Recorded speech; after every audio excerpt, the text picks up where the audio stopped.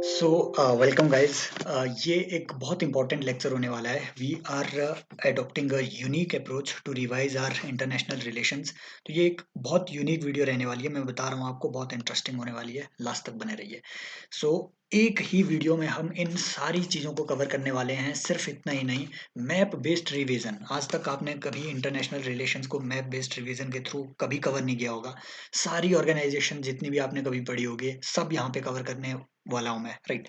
और मैं ऐसा क्यों कह रहा हूँ कि हमें मैप बेस्ड सारी चीज़ों को रिवाइज करना चाहिए, जो भी चीज़ें न्यूज़ में उन्हें मैप में देखना चाहिए। क्योंकि 2022 का प्रीलिम्स का ये पेपर देखिए, यहाँ से आपको इस वीडियो से गारंटेड कम से कम आपको 2 से 3 क्वेश्चंस मिनिमम, और हो सकता है कि 5 से 6 क्वेश्चंस एक ही वीडियो से। एक मैं कोशिश करूंगा 1 घंटे की ये वीडियो बनी रहे, राइट। तो एक ही वीडियो से आपको इतने क्वेश्चंस आपको कन्वर्ट होते हुए देखने को मिलेंगे। ये मेरी अपनी पर्सनल अप्रोच है गाइस। जो अभी नए लर्नर जुड़ रहे हैं उन्हें मैं पहले बता दूं कि मतलब about myself, about my name I want to keep it anonymous. लेकिन आपके ट्रस्ट के लिए मैं बता दूं, मैंने 2 अटेम्प्ट दिए हुए हैं यूपीएससी के। दोनों बार मेरा जीएस क्वालिफाई हुआ है। एक बार मैं सी सेट में क्वालिफाई नहीं हो पाया था। पिछले साल मैंने मेंस लिखा हुआ है एंड आई वाज स्कोरिंग रफली around 115 to 125 according to different different mocks की आंसर के, कोचिंग्स की आंसर की। बेस्ड ऑन दैट एक्सपीरियंस मैं आपको ये, राइट, ये बहुत ही कॉम्प्रिहेंसिव इन सारी चीज़ों को हम डिस्कस करने वाले हैं। वो क्यों? ये अप्रोच मैंने इसलिए लाई क्योंकि पिछले साल एक यूनिक पैटर्न देखने को मिला, जिसमें अगर आपने मैपिंग नहीं की है तो आपको लेवेंट का पता नहीं होता। मैपिंग नहीं की है तो आपको अफगानिस्तान, जो कि इतना ज़्यादा न्यूज़ में था, उसकी बॉर्डरिंग कंट्रीज पता नहीं होती। आपको पता ही नहीं होता कि अजरबैजान कहाँ है, कहाँ से इसके एलिमिनेट करना है, और आंसर सीधा आ जाता।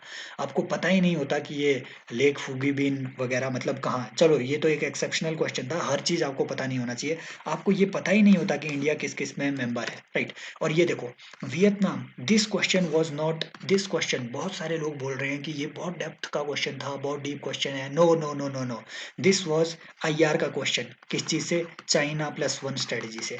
अगर आपने चाइना+1 स्ट्रेटजी को पढ़ा ही नहीं था तो आप इस क्वेश्चन को अच्छे से अटेम्प्ट कर नहीं सकते थे, क्योंकि वियतनाम में जाके किसी चीज को कोई स्टडी क्यों करता। तो चाइना+1 स्ट्रेटजी से ये क्वेश्चन आया हुआ था, उसी के बेसिस पे ये ऑप्शन बनाया हुआ था, राइट। और अगर आपको पता नहीं है नाउ कि 16+1 स्ट्रेटेजी क्या है, तो अगले साल आप फिर से फंस सकते हैं। तो इन सब चीज़ों को हम यहाँ कवर करेंगे। ये बीडी राइट, ये साउथ सूडान, ये कोई सेटलमेंट वगैरह, they were not the questions based on information. They were testing your knowledge of IR with respect to your mapping, right. तो ये बिल्कुल जेनरिक ये क्वेश्चंस थे, राइट। जेनरिक क्वेश्चंस थे, हालांकि एग्जामिनेशन हॉल के अंदर कुछ भी जेनरिक नहीं होता है। सिंपल क्वेश्चन भी एक्सेप्शनल होता है, आई एक्सेप्ट दैट। लेकिन हम प्रिपेयर हो सकते हैं इन चीज़ों के लिए। फॉर एग्जाम्पल, टर्किक स्टेट, ये था ही नहीं क्वेश्चन, ये क्वेश्चन था ही नहीं अगर आपने इस अप्रोच से आईआर कवर किया होता। क्योंकि आपको पता होता कि अर्मेनिया, राइट, अर्मेनिया के अंदर की आपको पता होती कि यहाँ की डेमोग्राफी कैसी है। Armenia is a primarily a Christian country, तो वो टर्किक स्टेट में क्यों आएगा, और उसकी वैसे ही नहीं बनती है टर्की वगैरह से, राइट। तो इन सारी चीज़ों को अगर आपने मैप बेस्ड कवर किया होता तो आपको डिफिकल्टी नहीं होती। मैं पहले बार बार आपको बता रहा हूँ। यूएनसी लॉस, ये क्वेश्चन आपके 2020 में भी आया, पहली बार नहीं आया हुआ है। 2021 के प्री में भी आया, और 2022 के प्री में भी यूएनसी लॉस से डायरेक्टली क्वेश्चन आया। एक साल में 2 क्वेश्चन कन्वर्ट होते हुए आपको देखने को मिले। वो इसलिए क्योंकि चाइना के आर्टिफिशियल आइलैंड्स का डिस्प्यूट था गाइस, वहां से क्वेश्चन बना हुआ है। ये मैं पहले आपको बता रहा हूँ वीडियो से पहले, ताकि आपको पता चले अगली हमारी अप्रोच क्या रहने वाली है। सेंकाकू आइलैंड डिस्प्यूट, एक ही चाइना से 3 क्वेश्चन आए हुए थे। एक चाइना+1 की स्ट्रेटजी वाला, वो वियतनाम का, वो चाइना का क्वेश्चन था। It was not Vietnamese question, it was A China based question. क्योंकि चाइना+1 स्ट्रेटजी के तहत मैन्युफैक्चरिंग यूनिट वियतनाम आई थी। तो वियतनाम का जो यहाँ पे ऑप्शन दिया हुआ है कि उसका जो, राइट, जो ई सर्विस सेक्टर है ये बहुत प्रोडक्टिव है। नो, मैन्युफैक्चरिंग सेक्टर, वहाँ की लेबर लॉज वो काफी रिलैक्स है, समझ गए। तो ये उस चीज से ये क्वेश्चन था। It was not a Vietnamese question, it was a Chinese question, समझ गए। सेंकाकू आइलैंड, राइट, समझ गए। इन सब चीजों को, एनाटोलिया प्लेट्यू, पता ही नहीं होता किसी को अगर मैपिंग नहीं की होती।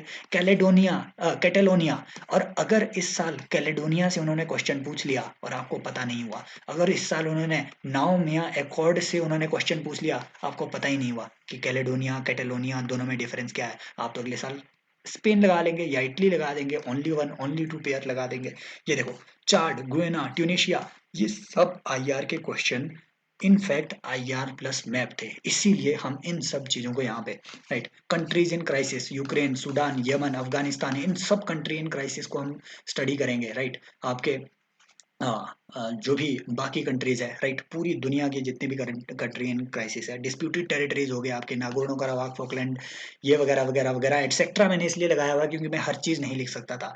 Associated organisations, Indian Ocean Commission वगैरह, Djibouti code of conduct, SWIFT, OECD, GPAI, CDRI, SCRI, Chicago convention, Vienna convention, Budapest convention, NATO, B9, B3W, Blue Dot Network, Global Gateway, इन सब चीजों को हम यहाँ पे कवर करने वाले हैं। Crucial groupings, Minsk group, Minsk agreement, Normandy format, etcetera etcetera, जिन चीजों के बारे में समझ गए। और फिनलैंड, ये कुछ कॉन्सेप्ट्स राइट कि नॉर्म्स क्या है, फिनलैंडाइजेशन ऑफ यूक्रेन क्या है, एक ग्रुप ऑफ फ्रेंड इनिशिएटिव आया है इंडिया का, वो किस चीज से रिलेटेड है, बहुत इंपॉर्टेंट कॉन्सेप्ट्स है, सीधे क्वेश्चन बन सकते हैं। और एससीओ रेट्स के बारे में हम जानेंगे, response and assistance network of IAEA जानेंगे, वासेनार एग्रीमेंट जानेंगे, और इंटरपोल के कुछ एक ऐसे राइट, हम फाइनेंशियल फ्रॉड से डील करने वाले इंटरपोल के कुछ एक मिशन हम यहाँ पे जानेंगे राइट। तो इन सब चीज़ों को हम यहाँ पे कवर करने की कोशिश करेंगे राइट। यहाँ सबसे पहले मैं डिस्क्लेमर देता हूँ राइट। सो ये एक बहुत इंफॉर्मेशन हैवी सेशन रहने वाला है, तो कभी ये मत समझिएगा कि मतलब ये इजी एक सेशन रहने वाला है, नो, सीधा सीधा रिवीजन करेंगे। It is going to be an information heavy session. And starters जो है, जिन्होंने अभी तक कवर नहीं किया है, जिनके बेसिक भी कवर नहीं है आईआर के, उनको कोशिश करनी चाहिए कि इसे स्किप ही कर दे। हालांकि कवर करना है तो देख लेना अपने हिसाब से, लेकिन स्टार्टर्स के लिए लेक्चर स्पेसिफिकली नहीं है। Specially my learners, my students जो कि मेरे साथ रेगुलरली एसोसिएटेड है, उनको ध्यान देना है कि यहाँ पे फीड की जा रही हर एक एक इंफॉर्मेशन इंपॉर्टेंट है, और मैं कुछ भी बात दो बार नहीं बोलूंगा। शुरू करते हैं राइट। सो ये आपकी दुनिया का मैप है। यूरोप बहुत ज्यादा न्यूज में था, इसलिए यूरोप से ही शुरू करते हैं। और यूरोप में भी ये यूक्रेन बहुत ज्यादा न्यूज में था, इसलिए यूक्रेन से जुड़ा हुआ हर एक पक्ष हम यहाँ पे देखने की सबसे पहले कोशिश करेंगे राइट। सबसे पहले देखो, यूक्रेन के कुछ प्लेसेस इन न्यूज है राइट। यूक्रेन के कुछ प्लेसेस इन न्यूज है जो आपको पता है, ठीक है, कीव आपको पता है, इसकी राजधानी अभी तक कितनी बार आपने सुन लिया होगा। खार्किव पता होगी आपको। मारियोपोल, ये याद रखना है, ये बहुत इंपॉर्टेंट है। मारियोपोल यूक्रेन में है। ओडेसा, ओडेसा यूक्रेन का एक पोर्ट है, ब्लैक सी से लगता हुआ पोर्ट है ओडेसा। ओडेसा याद रख लेना, ओडेसा कहाँ है, ब्लैक सी से लगता हुआ आपका पोर्ट है, यूक्रेन का पोर्ट है राइट। और राइट, और यहाँ हम थोड़ी मैपिंग भी करेंगे राइट, कुछ एक स्ट्रेट्स वगैरह को जानेंगे। मारियोपोल सिटी हमने देख लिया। और ये है आपका Donbas region, Donbas. Already Donbas पे उन्होंने क्वेश्चन पूछ लिया हुआ है right. Donbas is a region जिसमें मेनली आपके रशियन पीपल रह रहे हैं, रशियन लोग रिजाइड कर रहे हैं। और रशिया क्लेम करता है कि we are fighting for the liberty, for the independence of this Donbas region, है ना। हमारे जो रशियन लोग वहां पे रह रहे हैं, हम उनके लिए ये यहाँ पे लड़ रहे हैं। और डोनबास रीजन के अंडर भी right, there are two territories Donbas region के under. they you must remember their names right। तो one is Donetsk and second is Luhansk, यहाँ लिखा नहीं हुआ है डोनेस्क और लुहांस्क। तो ask ask, Kyiv Kyiv right, ये सब चीजें जो आपको देखने को मिलेगी, मारियोपोल, ओडेसा वगैरह हो गया। सो ये सब चीजें याद रख लेना, ये यूक्रेन से रिलेटेड है। और यूक्रेन से रिलेटेड मैंने इसमें एक और मैप भी शायद ऐड किया था, यहाँ आपको एक एक प्लांट, न्यूक्लियर पावर प्लांट मिलेगा इधर जैसे थोड़ा, याद रख लेना, जयपोराइजिया, जयपोराइजिया न्यूक्लियर पावर प्लांट। ये इसलिए न्यूज में था क्योंकि रशिया की एक मिसाइल बिल्कुल इस प्लांट को हिट कर गई थी राइट। और एक और बात याद रख लेनी कि जो भी डी से शुरू होने वाली यूरोपियन रिवर्स है, चाहे वो आपकी डेन्यूब हो गई इधर से आने वाले, चाहे वो आपकी डेनिस्टर हो गई राइट, चाहे आपकी डेनाइपर हो गई राइट, ये डी से शुरू होने वाली है, डेनाइपर राइट। इसे वैसे नाइपर पढ़ते हैं, नेस्टर पढ़ते हैं, डेनिस्टर वगैरह, डेन्यूब, डेनिस्टर, नाइपर वगैरह, ये सब आपके ब्लैक सी में जाती है। वोल्गा रिवर कौन से सी में जाएगी, आप सीधा यहाँ पे कमेंट सेक्शन में नीचे लिख दो राइट। ब्लैक सी में ये जाएगी। और ब्लैक सी को ब्लैक सी क्यों कहते हैं, इसकी भी अलग कहानी है राइट। बेसिकली जब यहाँ पे बादल वादल आ जाते हैं तो ब्लैक सी का कलर ब्लैक हो जाता है कई बार। और माना जाता है कि यहाँ पे एक पहले एंशियंट टाइम में एक ट्राइब रहती थी जो इंसानों को खा जाती थी। तो कभी भी रोमन एम्पायर के लोग इसको राइट, जो रोमन एम्पायर था, वो लोग इस ब्लैक सी को क्रॉस नहीं कर पाए क्योंकि वो ट्राइब इनको खा जाती थी। तो ट्रेड यहाँ से करना इनके लिए बड़ा मुश्किल हो रहा था राइट। अभी हम और चीजें जानेंगे यहीं से रिलेटेड, यूक्रेन से रिलेटेड है। सो यहाँ तक की बेसिक मैपिंग हमने क्लियर कर दी। अब यूक्रेन को कौन कौन सी कंट्रीज यहाँ पे बॉर्डर कर रही है, ये याद करने से पहले एक इजी ट्रिक, आप ब्लैक सी के जो बॉर्डरिंग कंट्रीज हैं उनको एक बार याद कर लो। उसकी ट्रिक क्या है, BRU right, B BRU, west के लिए BRU, बी माने बुल्गारिया, रोमानिया और यूक्रेन, ठीक है। वेस्ट का ये हो गया ब्लैक सी का पूरा, बुल्गारिया, रोमानिया, यूक्रेन। ईस्ट में आपको पता है रशिया पक्का होगा, बिल्कुल। जॉर्जिया होगा, बिल्कुल। टर्की होगा, बिल्कुल। बस ये आपने याद रख लेना है। These are 6 countries which are bordering your Black Sea. Clear, done.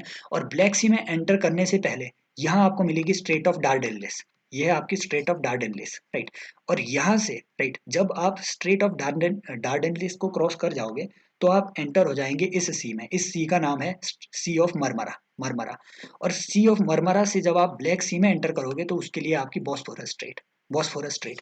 ये दोनों स्ट्रेट्स इंपॉर्टेंट है। मैंने ये दोनों स्ट्रेट्स क्यों बताई आपको, ये एक इंपॉर्टेंट चीज मैं आपको बताने वाला हूँ। क्योंकि यहाँ ना टर्की बैठा हुआ है बाप, और टर्की का आधा हिस्सा इधर है, आधा हिस्सा इधर है। इसीलिए 1936 के आसपास एक कन्वेंशन आई थी, राइट। जिसको पता होगा याद रख लेना। आपने मॉन्ट्रियक्स एकॉर्ड तो सुना होगा, बिल्कुल। मॉन्ट्रियक्स रिकॉर्ड, वो अलग है, वेटलैंड कंजर्वेशन के लिए अलग है। मॉन्ट्रियक्स कन्वेंशन अगर वो बोले, Montreux convention, Montreux convention, right.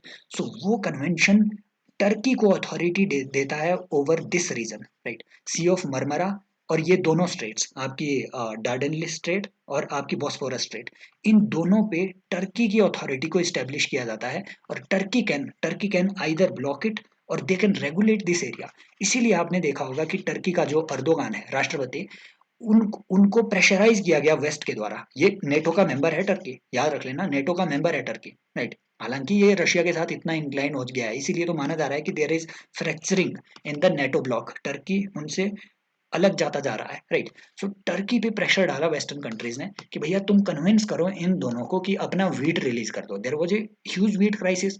तो टर्की ने इनको धमका दिया दोनों को कि भैया वीट रिलीज नहीं करोगे ना, मैं बता रहा हूँ तुम्हें, मैं ये ब्लॉक कर दूंगा ये एरिया यहाँ का, राइट। सो इसीलिए ये कन्वेंशन उस टाइम न्यूज में थी। याद रख लेना, मॉन्ट्रियक्स कन्वेंशन किस चीज से रिलेटेड है, तो इस चीज से रिलेटेड है। अगर वो क्वेश्चन बोल दे तो ठीक है, राइट। यहीं पे आपको टर्की का एक प्लेट्यू भी मिल जाएगा। ये वाला जो एरिया है, ये एनाटोलिया बोला जाता है, इसे एनाटोलिया बोला जाता है। यही आपका PYQ है। और एक बात और याद रख लेनी आपने, यही यहीं पे ये ये मेडिटेरेनियन सी के बिल्कुल ईस्ट में आओगे ना, अगर ये वाला देखोगे यहाँ पे हिस्सा आपके टर्की के बिल्कुल नीचे का, राइट, जिसमें आपके ये लेबनान जैसी कंट्री आ गई। बेरूट भी न्यूज में था। बेरूट इसलिए न्यूज में था क्योंकि यहाँ एक साल पहले ब्लास्ट हो गया था। वो कैसा ब्लास्ट, इन्होंने खाद बनाने के लिए, बेसिकली यूरिया बनाने के लिए वहां पे अमोनिया रखा हुआ था, अमोनिया में ब्लास्ट हो गया तो पूरा बेरूट ब्लास्ट हो गया था। फ्रेंच राष्ट्रपति ने यहाँ पे बड़ी हेल्प की थी उस टाइम, क्योंकि ये जो लेबनान है ये फ्रांस के कंट्रोल में पहले हुआ करता था। तो ये जो एरिया है आपका, लेबनान हो गया, इज़राइल हो गया आपका, राइट, और ये सीरिया हो गया, राइट, टर्की का नीचे वाला हिस्सा हो गया। इसे हम कह रहे हैं, इसे ही हम कह रहे हैं लेवेंट, लेवांत या फिर लेवेंट। लेवेंट का, राइट, ऐसे याद रखो, यहाँ पे ना यूरोप के लिए पहली बार सूर्योदय कहाँ से होगा, यहीं से होगा, ये उनके लिए ईस्ट है। तो लेवेंट को माना ही जाता है कि द लैंड ऑफ, राइट, ये एक एक आपकी, आई थिंक ये फ्रेंच या फिर स्पेनिश लैंग्वेज का एक वर्ड है, राइट। तो लेवेंट को माना ही जाता है कि it is a land of sunrise, right. तो यूरोप के लिए यहाँ से सनराइज होता है, हमारे लिए जापान से होता है या अरुणाचल से हो जाता है इंडिया के लिए। तो ये बात याद रख लेनी, सारे कॉन्सेप्ट्स साथ में हम यहाँ पे कवर करने जा रहे हैं, राइट। कर तो दिए कई। अब देखो यूक्रेन क्राइसिस हमने देख लिया, राइट। और यूक्रेन क्राइसिस के साथ डोनबास एरिया हमने देख लिया, डोनेस्क और लुहांस्क हमने देख लिया, ये सारी चीजें हमने देख ली। अब इसके साथ साथ आपने याद रखना है कि इसको बॉर्डर कौन कर रहा है, ये इंपॉर्टेंट है। ऑब्वियसली मोल्डोवा, याद रख लेना, राइट, मोल्डोवा बॉर्डर करेगा, ठीक है। और ब्रू की तो मैंने आपको ट्रिक बताई थी, जिसमें नीचे बी, बीच में आर, उसके बाद यू। तो ऑब्वियसली रोमानिया आपका आएगा, रोमानिया हो गया, बुल्डोवा हो गया, राइट। और बुडापेस्ट हो गया, स्लोवाकिया हो गया। याद रख लेना, याद रख लेना, राइट। सॉरी, ये तो हंगरी की राजधानी है बुडापेस्ट आपकी, तभी मैं सोच रहा हूँ मैं कहा बुडापेस्ट कहाँ से आ गया, ठीक है। तो हंगरी हो गया, बुडापेस्ट भी इंपॉर्टेंट है, यहाँ से हम एक कन्वेंशन पढ़ेंगे, बुडापेस्ट कन्वेंशन इंपॉर्टेंट है, याद रख लेना। Romania, Moldova, Hungary, Slovakia. Hungary से कंफ्यूज मत कर देना ऑस्ट्रिया, क्योंकि आप हमेशा पढ़ते हैं ऑस्ट्रिया हंगरियन, ठीक है, Austria Hungary empire, no, Hungary से कंफ्यूज मत कर देना इसे। सिर्फ हंगरी, हंगरी ईस्ट में है, ए वेस्ट में है, याद रख लेना। तो Romania, Hungary, Slovakia, right, not Slovenia, Slovenia यहाँ है पीछे, इधर इधर है स्लोवेनिया आपका, स्लोवेनिया नहीं, स्लोवाकिया, वाकिया कर रहा है इसमें, ठीक है। तो रोमानिया, हंगरी, स्लोवाकिया, इंपॉर्टेंट है, क्वेश्चन बन सकता है। पोलैंड, बेलारूस तो करेगा ही, क्योंकि रशिया ने इसके यहाँ पे तोपें रख दी थी ऊपर से प्रेशर रखने के लिए। बेलारूस के जो प्रेसिडेंट है वो रशिया के काफी करीब है आजकल, राइट। और रशिया भी करेगा ही, ठीक है। टर्की करता है क्या? नो। जॉर्जिया करता है क्या? नो। बस ये याद रहेगा, बस। अब यहाँ तक काफी हो गया। अब देखो, यूक्रेन से रिलेटेड आपने कुछ एक एग्रीमेंट्स अपने याद रखने हैं। Number one, Normandy. Normandy format. Normandy format अगर वो बोले, या फिर नॉर्मेंडी फोर वो अगर बोले, तो नॉर्मेंडी फोर वो चार कंट्रीज है जिसमें आपका फ्रांस आ रहा है, जर्मनी आ रहा है, राइट। जर्मनी आ रहा है, यूक्रेन आ रहा है, और आपका रशिया आ रहा है, रशिया। ये चार कंट्रीज ने नॉर्मेंडी फॉर्मेट अपनाया था किस चीज से? इस ईस्टर्न ईस्टर्न जो यूक्रेन है, यहाँ पे जो इनका क्राइसिस चला हुआ है, डिस्प्यूट चल रहा है, इस डिस्प्यूट को रिजॉल्व करने के लिए अराउंड 2014 में, अराउंड 2014 में there was a Minsk agreement. Minsk agreement, not Minsk group, वो अलग है। अर्मेनिया अजरबैजान के लिए मिन्स्क अलग है, वो हम अलग से पढ़ेंगे। मिन्स्क एग्रीमेंट 2014 में एक हुआ, 2014-15 में। उस टाइम इन्होंने नॉर्मेंडी ग्रुप बनाया इसी इशू को, इसी डिस्प्यूट को रिजॉल्व करने के लिए।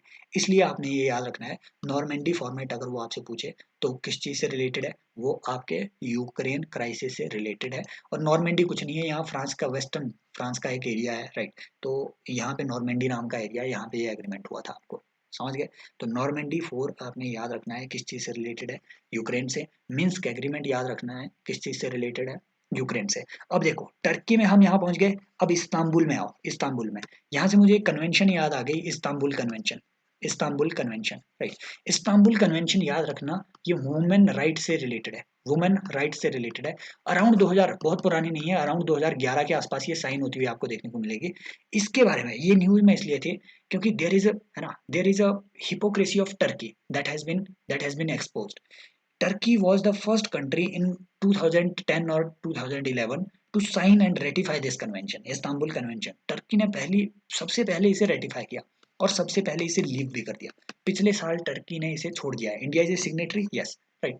तो पिछले साल टर्की ने इस्तांबुल कन्वेंशन से अपने हाथ पीछे कर लिए वुमेन राइट से। इट मीन्स कि वो, ठीक है, रिग्रेसिव होने जा रहे हैं थोड़ा थोड़ा, राइट। सो ये इंपॉर्टेंट बात है। सो ये कुछ एरियाज हमने यहाँ पे कवर कर लिए, right. Turkey, Istanbul convention, Montreux convention वगैरह, राइट। ब्लैक सी वगैरह, राइट। और यहाँ ब्लैक सी ये आया आपका सी ऑफ मरमरा, राइट। ये सॉरी, ये आया आपका सी ऑफ अजोव, राइट। और सी ऑफ अजोव और ब्लैक सी को कौन सी स्ट्रेट, जिसका नाम के से शुरू हो रहा है, वो कौन सी स्ट्रेट है जो इन्हें कनेक्ट करती है, आप मुझे बताएंगे कमेंट सेक्शन में। Clear clear clear, done, okay. So अभी हमने यहाँ का पूरा एरिया, आगे का मैप कवर कर लिया। यहाँ से रिलेटेड जो भी इंस्टीट्यूशंस, ऑर्गेनाइजेशन हमने अभी देखी, जो हमें लगा कि यहाँ कवर करना चाहिए, तो वो ऑर्गेनाइजेशन हमने यहाँ पे कवर कर दी। अब आओ यहाँ बुडापेस्ट पे। बुडापेस्ट, अगेन मैं यहाँ पॉलिटिकल मैपिंग आपकी नहीं करवा रहा हूँ, मैं ये नहीं बता रहा हूँ कि कौन सी कंट्री, ठीक है। जो जियोपॉलिटिकली इंपॉर्टेंट एरियाज है, मैं वही आपको कवर करवा रहा हूँ। बुडापेस्ट पे आ जाना, बुडापेस्ट पे। ये गुरु बुडापेस्ट जो जो कि आपकी कैपिटल है हंगरी के। बुडापेस्ट इंपॉर्टेंट है क्योंकि यहाँ आपने साइन की थी बुडापेस्ट कन्वेंशन, बुडापेस्ट कन्वेंशन। और ये आपकी, राइट, इंटरनेट सिक्योरिटी या फिर साइबर सिक्योरिटी से डील कर रही है। मेरी हैंडराइटिंग को आप थोड़ा मतलब नजरअंदाज कर सकते हैं। इतना ही याद रखना है कि बुडापेस्ट कन्वेंशन किस चीज से डील कर रही है। ऑब्वियसली इंडिया इसका एक मेंबर होगा, राइट। साइबर सिक्योरिटी से डील कर रही है इतनी सारी चीजों को, तो बुडापेस्ट कन्वेंशन भी क्लियर, इतना ही याद रखना है। आपने बिल्कुल नहीं रटना है कौन इसके मेंबर है कौन नंबर नहीं है। वो सिर्फ इतना आपसे पूछेगा कि इसका इंडिया इनमें से किन किन चीजों का मेंबर है, तो याद रख लेना एक है उसमें आपकी बुडापेस्ट कन्वेंशन भी। लेकिन यहाँ आपको रोमानिया की राजधानी देखो, हंगरी की है बुडापेस्ट और रोमानिया की है बुखारेस्ट, बुखारेस्ट। यहाँ से आपको एक और ग्रुपिंग याद आनी चाहिए, बुखारेस्ट 9, B9 ग्रुपिंग, बहुत इंपॉर्टेंट है। अगेन मैं आप सभी को बता रहा हूँ कि जिन जिन लोगों ने, मैं जो नई चीजें आपको बता रहा हूँ, जिन्होंने वो कवर की हुई है वो रिवाइज कर लो। और जिन्होंने कवर नहीं की है, इम्पोर्टेंट तो है, लेकिन अगर आपको लगे कि ओवरलोड हो रहा है तो उन चीजों को इस वक्त पे स्किप करते जाना, छोड़ते जाना कि भैया ठीक है, हमने जितना कवर किया उतना ही रिवाइज कर लेते हैं, उतनी की ही अंडरस्टैंडिंग ले लेते हैं, राइट। क्योंकि इस टाइम पे एक्स्ट्रा इंफॉर्मेशन अपने दिमाग में जितने आप डालोगे, राइट, वो आपको उतना हार्म करेगी। समझ गए हो बात को? तो अपने स्टैटिक पे ज्यादा ध्यान दो, पॉलिटी इकोनॉमी वगैरह पे, इन पे इस वक्त ध्यान दो। लेकिन B9 इंपॉर्टेंट तो है। ये इसलिए इंपॉर्टेंट है क्योंकि गुरु, नेटो का ईस्टवर्ड एक्सपेंशन, नेटो का eastward expansion, eastward expansion means NATO के कन्वेंशनल मेंबर ये वेस्टर्न यूरोप के थे, राइट। और ये जो 3 मेंबर है ना, एस्टोनिया, लातविया, लिथुआनिया, ये पहले यूएसएसआर के यूएसएसआर की टेरिटरी में आते थे, यूएसएसआर के मेंबर थे बकायदा ये, ठीक है। रशिया का जो बाप है यूएसएसआर, ये उसके बकायदा मेंबर थे ये तीनों कंट्रीज। आजकल ये नेटो में है। और ये जो नीचे वाली कंट्रीज है, ये जो नीचे वाली कंट्री है, पोलैंड हो गया, चेक Republic, Hungary, Slovakia, Slovenia, Croatia, Romania, आपने नहीं रटना है, नहीं रटनी है इनकी मेंबरशिप। एरिया याद रखना है कि ये एरिया है, समझ गए। इन सारे ये जो नीचे वाली कंट्रीज है, नीचे वाली, they were members to Warsaw act, Warsaw, Warsaw, आपने वॉर्सो पैक्ट आपने सुना होगा, ये रशिया का बिल्कुल जैसे नेटो बना हुआ है आपके जो वॉशिंगटन, ठीक है, जो आपका वॉशिंगटन है एग्रीमेंट हुआ 1949 में, उसके तहत नेटो बना। और नेटो का एक आर्टिकल है, आर्टिकल 5, इंपॉर्टेंट है, याद रख लेना। ये आर्टिकल 5 ये बात कहता है कि अगर नेटो पे किसी ने अटैक किया तो they will attack that country back, ठीक है, और मिलकर ये अटैक करेंगे। तो एक कलेक्टिव डिफेंस, याद रख लेना, नॉट कलेक्टिव सिक्योरिटी, दोनों चीजें अलग होती है। इस टाइम में समझा नहीं सकता। नेटो का अगर वो पूछे आपसे कंसेप्चुअल मीनिंग तो याद रख लेना collective defence, not collective security, समझ गए। तो कलेक्टिव डिफेंस का जो प्रोविजन है वो आर्टिकल 5 में है, जिसे सिर्फ एक बार आज तक इन्वोक किया गया है, 2001 के न्यूयॉर्क हमले के बाद सिर्फ एक बार इसे इन्वोक किया गया है, ये बात याद रख लेनी है। हम थे यहाँ पे कि ये थे वॉर्सो पैक्ट के मेंबर। वॉर्सो पैक्ट बिल्कुल आपके ठीक है, नेटो का एक अगेंस्ट, एक एंटी नेटो वेपन के तौर पे एक ऐसी ही कन्वेंशन यूएसएसआर ने बिल्ड की हुई थी, ये उसके मेंबर थे। तो आपके बुखारेस्ट 9 वो कंट्रीज हैं जो नेटो के मेंबर है, आजकल नेटो के मेंबर है, यस, लेकिन बाद में बने। ये पहले या तो यूएसएसआर के मेंबर थे या फिर यूएसएसआर के डिफेंस पैक्ट वॉर्सो के मेंबर थे, उन्हें हम कह रहे हैं B9 ग्रुपिंग। ये है वो कंट्रीज, समझ गए बात को। इसी के साथ साथ गुरु आपने याद रख लेना है Sinatra doctrine. Sinatra doctrine, Sinatra doctrine news में इसलिए था, मैं बता रहा हूँ, तभी मैंने यहाँ पे आपको ये सारी चीजें यहाँ पे ऐड करी। न्यूज में ये इसलिए था, सिनात्रा डॉक्ट्राइन वाज बेसिकली, ठीक है, मिखाइल गोर्बाचोव करके एक यूएसएसआर के राष्ट्रपति हुआ करते थे पहले, तो उन्होंने एक डॉक्ट्राइन अपना लाया था, सिनात्रा डॉक्ट्राइन। और इस डॉक्ट्राइन के तहत उन्होंने एक बात, ठीक है, एक बात प्रोपेगेट करी थी कि in order to protect these territories, ये जो ईस्टर्न यूरोपियन टेरिटरीज हैं, इनकी इंडिपेंडेंस फ्रॉम द वेस्ट को प्रोटेक्ट करने के लिए USSR holds all the moral rights to invade the west. तो भैया अपनी टेरिटरीज और अपने को प्रोटेक्ट करने के लिए there is basically a concept of line, ठीक है, भैया USSR always wanted to create a defence line between, ठीक है, ये एक डिफेंसिव टेरिटरी के तौर पे यूएसएसआर क्रिएट करना चाहता था between NATO and between USSR, ताकि वो खुद को प्रोटेक्ट कर सके, एक तरीके से मिडल स्टेट इन्हें बनाए रखना चाहता था। तो ईस्टवर्ड एक्सपेंशन ऑफ नेटो को रोकने के लिए उसने लाया था सिनात्रा डॉक्ट्राइन। अब ये इफेक्ट में नहीं है। अब ईयू ने अडॉप्ट किया एक नया सिनात्रा डॉक्ट्राइन, नया सिनात्रा डॉक्ट्राइन अगेंस्ट चाइना का ग्रोइंग, अगेंस्ट चाइना की growing influence in eastern Europe, in eastern Europe. और चाइना की ग्रोइंग इन्फ्लुएंस कैसे है, तभी मैंने आपको बोला, अगर वो अब बोले 16+1 स्ट्रेटेजी के बारे में, तो चाइना ने एक स्ट्रेटेजी लाई अपनी। यहाँ के जो ईस्टर्न यूरोप के 16 कंट्रीज हैं, ये जो ईस्टर्न यूरोप की यहाँ की 16 कंट्रीज है, कौन कौन सी आपने याद नहीं रखनी है, राइट, जिसमें आपकी ग्रीस भी आ रही है। तो ये जो ईस्टर्न यूरोप की 16 कंट्रीज है, यूक्रेन को छोड़ के, इन कंट्रीज पे अपनी इन्फ्लुएंस बढ़ाने के लिए, ट्रेड की इन्फ्लुएंस बढ़ाने के लिए उसने लाया अपना 16+1 स्ट्रेटजी। अब ये स्ट्रेटजी पहले तो यूरोपियंस ने बड़ा, ठीक है, बड़े अच्छे से स्वागत किया इसका 2020 के आसपास कि ठीक है चाइना इन्वेस्टमेंट लाएगा, बहुत अच्छा होगा, वगैरह वगैरह वगैरह। अब इन्हें पता चल गया कि भैया आपके क्या कहते हैं, श्रीलंका में कैसा क्राइसिस आया, ठीक है, पाकिस्तान में मतलब क्या है, उनकी जेबें ढीली हो गई है, जेबें है ही नहीं उनके पास बची हुई, बताओ। तो ये सब चीजें होने के बाद अब हो गया इन्हें ब्रह्म ज्ञान की प्राप्ति, ठीक है। अब इन्हें लगा कि नहीं नहीं नहीं नहीं, चाइना जो कर रहा है वो सही नहीं कर रहा है। तो इन्होंने उससे बचने के लिए एक डॉक्ट्राइन लाया, सिनात्रा डॉक्ट्राइन। क्या इसमें लिखा गया है कुछ मैटर नहीं करता है, आपने याद रखना है अपने एग्जाम के लिए कि सिनात्रा डॉक्ट्राइन किस चीज से डील कर रहा है। Clear, done. तो ये सब चीजें हो गई, बुखारेस्ट कन्वेंशन, ठीक है, Bucharest 9, Budapest convention, done done done. अब आओ यहाँ पे वियना में। वियना इसलिए इंपॉर्टेंट है क्योंकि ये है site to many many institutions, many organisations. Number one हम स्टडी करेंगे यहाँ पे ओपेक को, ठीक है, ओपेक, ओपेक, ओपेक जो है, ठीक है, कब बना कुछ जरूरत नहीं है आपको, ठीक है। तो तेहरान डिक्लेरेशन वगैरह कुछ रटने की जरूरत नहीं है आपको। आपने सिंपल याद रखना कि ये organisation of petroleum exporting countries है। इसके मेंबर वो बन सकते हैं जो सिग्निफिकेंट सिग्निफिकेंट पेट्रोलियम एक्सपोर्टर्स हो दुनिया में, समझ गए, ओपेक के मेंबर्स। ओपेक का हेडक्वार्टर है वियना में एट प्रेजेंट, पहले कहीं और था, आई थिंक रियाद वगैरह में था, और अब है ये वियना में, इसलिए वियना इंपॉर्टेंट है। करंट मेंबर्स कितने हैं ओपेक के? 13 मेंबर्स। और कुछ मेंबर जैसे हैं जिन्होंने छोड़ दिया OPEC, for example Indonesia. Indonesia ने ओपेक छोड़ दिया हुआ है, बिल्कुल सही बात है। कतर ने ओपेक छोड़ दिया है, और एक कंट्री और थी जिसे मैं भूल रहा हूँ। कौन कंट्रियां इसके मेंबर है ये याद रखने के बजाय ये याद रखो कि कौन नहीं है, वो यहीं पे आपको फंसाएगा। इंडोनेशिया, कतर हो गया, एक और कंट्री थी है ना, वो साउथ अमेरिकन कंट्री है एक, जिसने इसे छोड़ दिया। वेनेजुएला इसका मेंबर है, याद रख लेना, वेनेजुएला इसका मेंबर है। Only South African country to be a member of OPEC, Venezuela.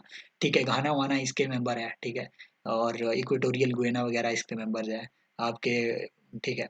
वो अभी हम आगे देखेंगे कौन मेंबर है कौन नहीं है। सऊदी अरेबिया इसका मेंबर है, राइट, ईरान इसका मेंबर है, इराक इसका मेंबर है। इन सब, ये सब इसके मेंबर है। 13 मेंबर याद रखने से बढ़िया ये याद रखो कि कौन ओपेक को छोड़ गया। ये वियना ना गुरु, it is also a seat to another very important organisation, very important, international atomic energy agency, IAEA। ये IAEA अराउंड 1959 के आसपास बनी थी।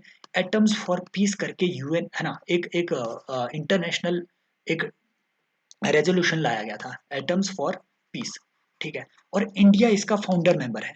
इस रेजोल्यूशन के तहत ये IAEA बनी थी, ताकि सिविल न्यूक्लियर, ठीक है, सिविल न्यूक्लियर, सिविलियन यूज के लिए न्यूक्लियर या एटॉमिक एनर्जी का यूज किया जा सके अच्छे मैनर में। तो नेहरू जी भी बिल्कुल इसके फाउंडिंग मेंबर थे उस वक्त, ठीक है, इंडिया फाउंडिंग मेंबर रहा है इसका, याद रख लेना। और एक इंपॉर्टेंट बात याद रख लेना, IAEA का एक important, oh sorry guys, sorry, yes, IAEA का एक इंपॉर्टेंट नेटवर्क है, right, response and assistance network, ठीक है, रिस्पांस एंड असिस्टेंस नेटवर्क, ये बात याद रख लेना, क्योंकि इंडिया रिसेंटली 2020 में इसका मेंबर बना है। ये रिस्पांस एंड असिस्टेंस नेटवर्क क्या करता है? ये बेसिकली उन कंट्रीज को, ठीक है, जब भी फॉर एग्जांपल अगर किसी कंट्री में न्यूक्लियर डिजास्टर आ गई, जैसे आपकी चेर्नोबिल में आई, चेर्नोबिल जो कि यूक्रेन में था, तो जैसे आपकी न्यूक्लियर डिजास्टर आती है कहीं पे, तो वहां पे रिस्पॉन्ड करना और उन कंट्रीज को असिस्ट करना, ये है आपका रिस्पॉन्स एंड असिस्टेंस नेटवर्क, याद रख लेना, इंपॉर्टेंट है, क्वेश्चन यहाँ से बन सकता है। India is a member, yes, recently बना है इसलिए इंपॉर्टेंट है, 2020 में बना हुआ है इसलिए इंपॉर्टेंट है। समझ के बात को, किसका है? IAEA का है, इंटरनेशनल एटॉमिक एनर्जी एजेंसी। इसे कंफ्यूज कभी मत करना international nuclear energy agency, sorry, international, sorry, यार, एटॉमिक एनर्जी एजेंसी से इसे कंफ्यूज मत करना, क्योंकि एक OECD की ऐसी भी एजेंसी भी है, वो आपको पढ़ने की जरूरत नहीं है, राइट, वो आपको पढ़ने की जरूरत नहीं है, क्योंकि इंडिया के ना तो वास्ता है, ना इंडिया OECD का मेंबर है, तो वो एक छोटी सी एजेंसी है, वो अलग बात है। IAEA के बारे में ये बात याद रखनी। और एक इंपॉर्टेंट बात, इंडिया में आजकल जितने भी सिविल न्यूक्लियर रिएक्टर्स हैं, ये है अराउंड 22 के आसपास हमारे चल रहे हैं, काम कर रहे हैं। इनमें से टोटल जो जितने भी रिएक्टर्स हैं, इनमें से टोटल सिर्फ और सिर्फ 12 ऐसे रिएक्टर्स हैं जो IAEA के सेफगार्ड के अंडर आते हैं, सिर्फ 12 ऐसे रिएक्टर्स हैं, राइट। 10 ऐसे रिएक्टर्स हैं जो IAEA के सेफगार्ड के अंडर नहीं आते हैं। कौन IAEA के सेफगार्ड के अंडर आ रहा है? जिनमें हम इंपोर्टेड फ्यूल यूज कर रहे हैं, इंपोर्टेड फ्यूल यूज कर रहे हैं। और इंडिया में, ठीक है, इंडिया के इन रिएक्टर्स को IAEA के सेफगार्ड के तहत किसने लाया? क्या NPT ने लाया? नो, वो तो इंडिया ने साइन नहीं की है, नॉन प्रोलिफरेशन ट्रीटी। तो ये किसने लाया? 123 एग्रीमेंट 2006 में इंडिया ने USA के साथ साइन किया, 2008 के आसपास ये इफेक्ट में आया। इस एग्रीमेंट में ये बात लिखी हुई थी कि इंडिया इंपोर्टेड फ्यूल वाले सारे अपने एग्री, ठीक है, जितने भी न्यूक्लियर पावर प्लांट्स हैं उनको IAEA के सेफगार्ड के अंडर लाएगा। Vienna clear, Vienna clear, right. So ये बात आपने याद रख लेनी है। और वियना के साथ साथ, ठीक है, यहाँ से मुझे एक और कन्वेंशन भी याद आ रही है, सॉरी, राइट, ये इरेज क्यों नहीं हो रहा है guys? I am unable to erase, अगली में देखते हैं जरा, ओके, यहाँ हो रहा है। तो ठीक है, यहाँ से मुझे एक और बात याद आ गई, वियना से एक कन्वेंशन आपने याद रखनी है, वियना कन्वेंशन। वियना कन्वेंशन याद रख लेना है, ये किस चीज से रिलेटेड है? जो भी आपकी डिप्लोमेटिक इम्यूनिटीज है, जो डिप्लोमेटिक इम्यूनिटीज मिलती है, immunities from arrest, immunities from detention, है ना, ये डिप्लोमेटिक इम्यूनिटीज आपको वियना कन्वेंशन के अंडर मिल रही है, और इंडिया इसका मेंबर है। न्यूज़ में इसलिए था क्योंकि चाइना ने रिसेंटली एक डिप्लोमेट को एक्सपेल कर दिया, यूएसए के डिप्लोमेट को, ठीक है, इन्हें एक्सपेल कर दिया इन्होंने, राइट। रशिया ने भी किया, यूएसए ने भी चाइना के किए, तो इसलिए वियना कन्वेंशन वगैरह उस टाइम न्यूज़ में थी, राइट। अब वापिस आते हैं, ठीक है। तो ये सब चीज़ें हमने देख ली यहाँ पे। एक और आपने यहाँ पे याद रखना है, अगर याद रखना है तो रख लेना, मैं बता रहा हूँ आपको, राइट। लुबियन ट्रायंगल, ये ट्रायंगल याद रख लेना, न्यूज़ में इसलिए थी, ठीक है। लुबियन ट्रायंगल अगर वो आपसे पूछे, मैं टाइम देख लेता हूँ, लंबा तो नहीं जा रहा है, अरे यार 4 बजने वाले हैं, ठीक है। सो लुबियन ट्रायंगल, ठीक है, काफ़ी टाइम होने वाला है। लुबियन ट्रायंगल, ये ट्रायंगल याद रख लेना, लिथुआनिया, पोलैंड एंड यूक्रेन। ये किस चीज़ से, लुबियन, LUBIN, ये किस चीज़ से रिलेटेड है लुबियन ट्रायंगल? गुरु, ये एक ट्रायंगल 2020 में ये एक इनफॉर्मल ग्रुप क्रिएट किया गया था टू फैसिलिटेट यूक्रेन का एंट्री इन नेटो। आजकल Ukraine is not a member of NATO, but to facilitate Ukraine की एंट्री इनटू नेटो, ये एक ट्रायंगल क्रिएट किया गया था, लुबियन ट्रायंगल, याद रख लेना। और ये जो 3 कंट्रीज है, इन्हें हम कहते हैं बाल्टिक कंट्रीज। और या और एक और बात है आपने याद रखनी है कि आजकल जो है रिसेंटली रिसेंटली आपका फिनलैंड, फिनलैंड जो है ये नेटो का मेंबर हो गया है, ये रिसेंटली हुआ है। स्वीडन अभी बनने की कोशिश कर रहा है। और यहाँ पे एक और चीज आपने एक टर्म याद रखनी है, फिनलैंडाइजेशन। अगर वो बोले कि फिन Russia has been demanding for Finlandization of Ukraine, Finlandization of Ukraine, तो what does it mean? It means Finland की एक फॉरेन पॉलिसी हुआ करती थी, फिनलैंड की एक फॉरेन पॉलिसी हुआ करती थी ड्यूरिंग कोल्ड वॉर। वो कैसी? कि इनकी एक न्यूट्रल पॉलिसी थी ड्यूरिंग कोल्ड वॉर, ये ना तो यूएसएसआर के साथ थे ना यूएसए के साथ। तो रशिया डिमांड कर रहा है कि ऐसी ही न्यूट्रल पॉलिसी यूक्रेन भी अपनाए रखे, वो नेटो में न जाए। This is Finlandization of politic Ukraine. हालांकि अब फिनलैंड नेटो का मेंबर हो गया है, लेकिन ये उस टाइम की पॉलिसी की बात कर रहे हैं। यहाँ से अब आते हैं आर्कटिक काउंसिल पे, ठीक है। यहाँ से क्लियर नहीं होगा ज़्यादा, आर्कटिक काउंसिल हम बाद में देखते हैं, राइट। क्योंकि हालांकि ओटावा तो यहीं दिख रहा है, लेकिन फिर भी है ना आगे। 1 सेकेंड गाइस, ठीक है। तो वो हम आगे देखेंगे क्योंकि वर्ल्ड मैप में वो कवर करना पड़ेगा, इसमें सारी कंट्रीज नहीं आ रही है आपके। यहाँ से हमने एक और बात नॉर्डिक काउंसिल के बारे में याद रखना है। नॉर्डिक काउंसिल, नॉर्डिक काउंसिल, ये है आपकी नॉर्डिक कंट्रीज। एक आपका नॉर्वे, स्वीडन, फिनलैंड, याद रख लेना है ये। और आपका आयरलैंड, ठीक है, सॉरी आइसलैंड, कहाँ गया, 1 second guys, 1 second, let me, ठीक है। तो इसमें नॉर्वे, स्वीडन, फिनलैंड और आपका डेनमार्क और, ठीक है, आइसलैंड, ठीक है। तो ये आपकी, ये आइसलैंड, यहाँ से ये आपकी नॉर्डिक कंट्रीज, सिर्फ इतनी, इसमें आपका आयरलैंड नहीं आ रहा है, यूके वगैरह कुछ नहीं आ रहा है, राइट। सो ये बातें आपने याद रख लेनी है। इंपॉर्टेंट बात है यहाँ पे, आपको यूके और आयरलैंड के बीच का, यूके और आयरलैंड के बीच का ये डिस्प्यूट भी समझ लेना है। ये है नॉर्दर्न आयरलैंड, यूके में ये है नॉर्दर्न आयरलैंड, ये आपका डिस्प्यूटेड एरिया है between Ireland and UK, right. और ये बहुत इंपॉर्टेंट है क्योंकि एक एक अकॉर्ड अभी रिसेंटली न्यूज में था, वो था आपका नॉर्दर्न आयरलैंड, ठीक है, northern Ireland protocol, northern Ireland protocol.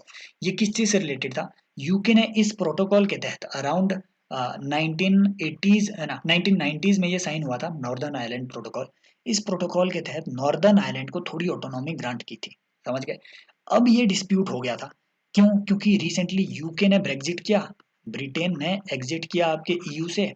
तो ब्रेग्जिट के बाद यूके में क्या है कि, मतलब चलो यूके ने तो अपनी बाउंड्रीज, जो इकोनॉमिक बाउंड्रीज है उसमें सारी चीजें एनफोर्स कर दी, ठीक है, उसमें रिस्ट्रिक्शंस लगा दी। यहाँ आया डिस्प्यूट, नॉर्दर्न आयरलैंड वाले डिमांड कर रहे थे कि नहीं तुम ब्रेग्जिट वगैरह मत करो उतना, समझ गए।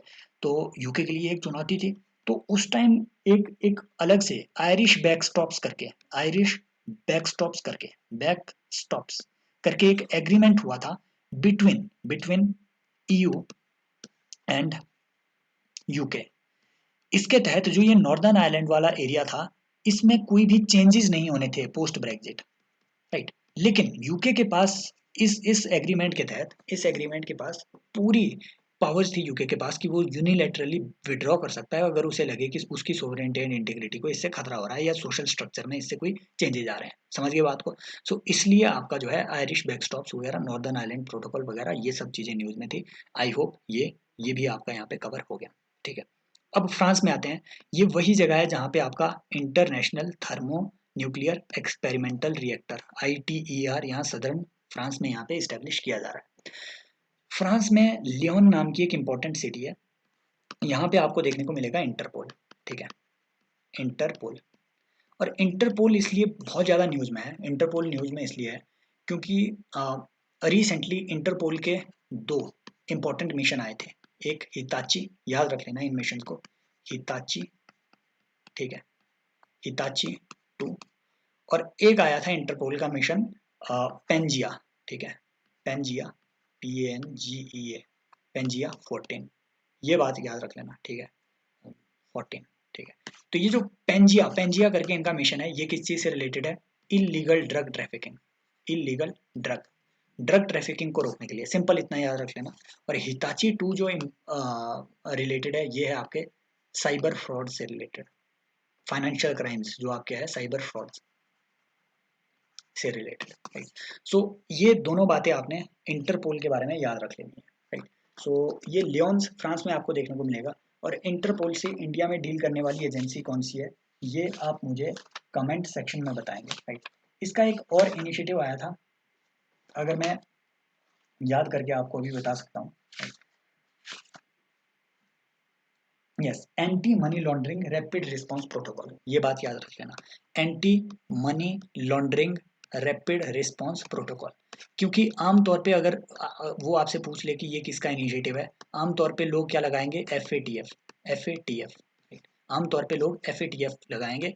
वो FATF जो 1989 में बनी थी, वो FATF जो कि OECD के हेडक्वार्टर, फ्रांस में ही OECD का हेडक्वार्टर है पेरिस में, तो वो पेरिस में अपना हेडक्वार्टर बनाए रखी हुई है। ये G7 के तहत इस्टेब्लिश हुई थी FATF, और ये टेरर फाइनेंसिंग से डील कर रही है, मनी लॉन्ड्रिंग से डील कर रही है, राइट। सो इन सब चीज़ों से डील कर रही है। आमतौर पे बंदा लगाएगा FATF, no, anti money laundering rapid response protocol is a protocol developed by Interpol to deal with money laundering. ये बातें याद रख लेंगे। इंटरपोल भी क्लियर हो गया अपना, और ये भी अपना क्लियर हो गया, समझ गए बात को। लियोन्स हो गया। अब आओ पेरिस में। पेरिस में आपके OECD का हेडक्वार्टर है, ठीक है, OECD का हेडक्वार्टर है। इंडिया इसका मेंबर नहीं है, याद रख लेना। OECD की ही एक ऑर्गेनाइजेशन है, ठीक है, इसी के अंडर काम करती है, इंटरनेशनल एनर्जी एजेंसी, याद रख लेना। 1974 के आसपास ये बनी थी आपकी, ठीक है, 72-74 के आसपास।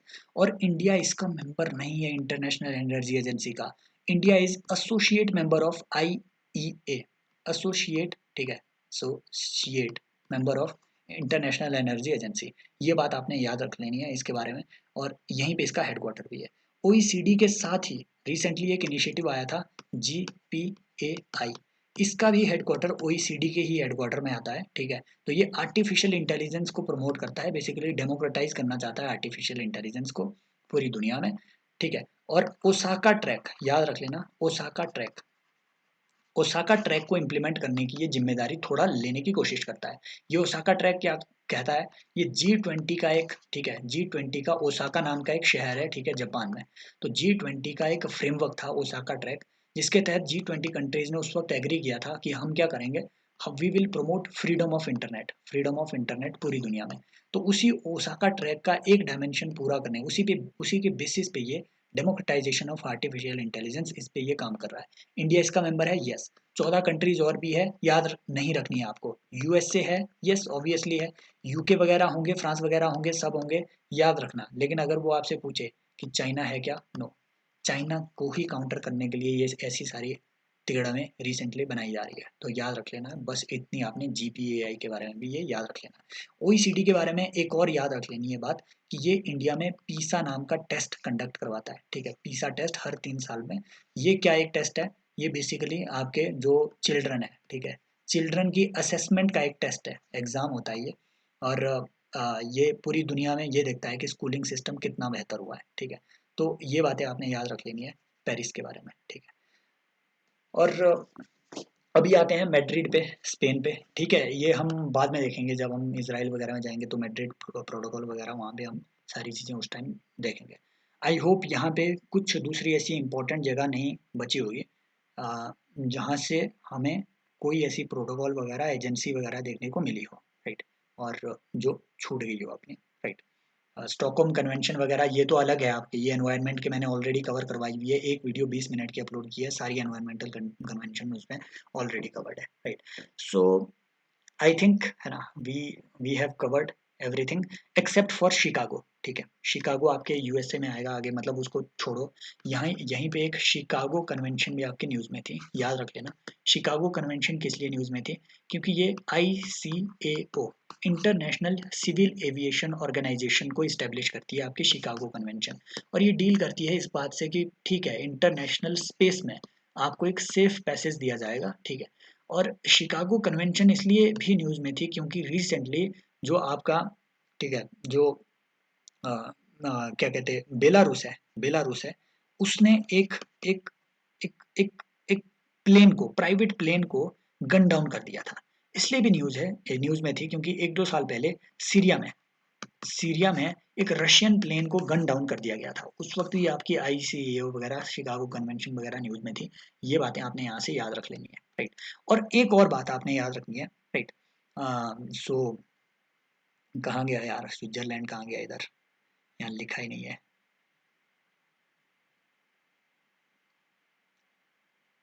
है ना। यहाँ है ही नहीं यार, जेनेवा कहीं नहीं लिखा हुआ है इधर, स्विट्जरलैंड। यहाँ बताता हूँ मैं आपको, जेनेवा जेनेवा इंपॉर्टेंट क्यों है, कन्वेंशन नहीं बता रहा हूँ यहाँ पे इंपॉर्टेंट है एक ITU इंटरनेशनल टेलीकम्युनिकेशन यूनियन, जो कि अराउंड 1865 के आसपास बनी थी, और दुनिया की सबसे ओल्डेस्ट ऑर्गेनाइजेशन है, ठीक है। ये यहाँ पे हेडक्वार्टर्ड है। इंडिया इसका मेंबर है, यस, इंटरनेशनल टेलीकम्युनिकेशन यूनियन, याद रख लेना है। दुनिया की ओल्डेस्ट ऑर्गेनाइजेशन में से मानी जाती है, ऑर्गेनाइजेशन है, ओल्डेस्ट ऑर्गेनाइजेशन। एक इंपॉर्टेंट बात आपने ITU के बाद याद रखनी है कि there is also international postal union, this is different. ये इसलिए न्यूज में थी क्योंकि जो यूके के पोस्टल स्टैंप्स थे, ठीक है, यूके के जो पोस्टल स्टैंप्स, इनकी ओवरसीज एक टेरिटरी है आपके इंडियन ओशन रीजन में, आप मुझे बताएंगे उसको, राइट, कौन सी है इनकी, इंडियन ओशन रीजन में इनकी एक ओवरसीज टेरिटरी है। वहां पे यूके के पोस्टल स्टैंप्स को IPU ने बंद करवा दिया था, बैन करवा दिया था, समझ गए।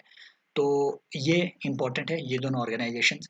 Apart from this, right, apart from this, what I was going to discuss about is, there was another protocol, मैं अभी भूल गया उस चीज़ के बारे में जो मैं यहाँ पे आपको बताने वाला था।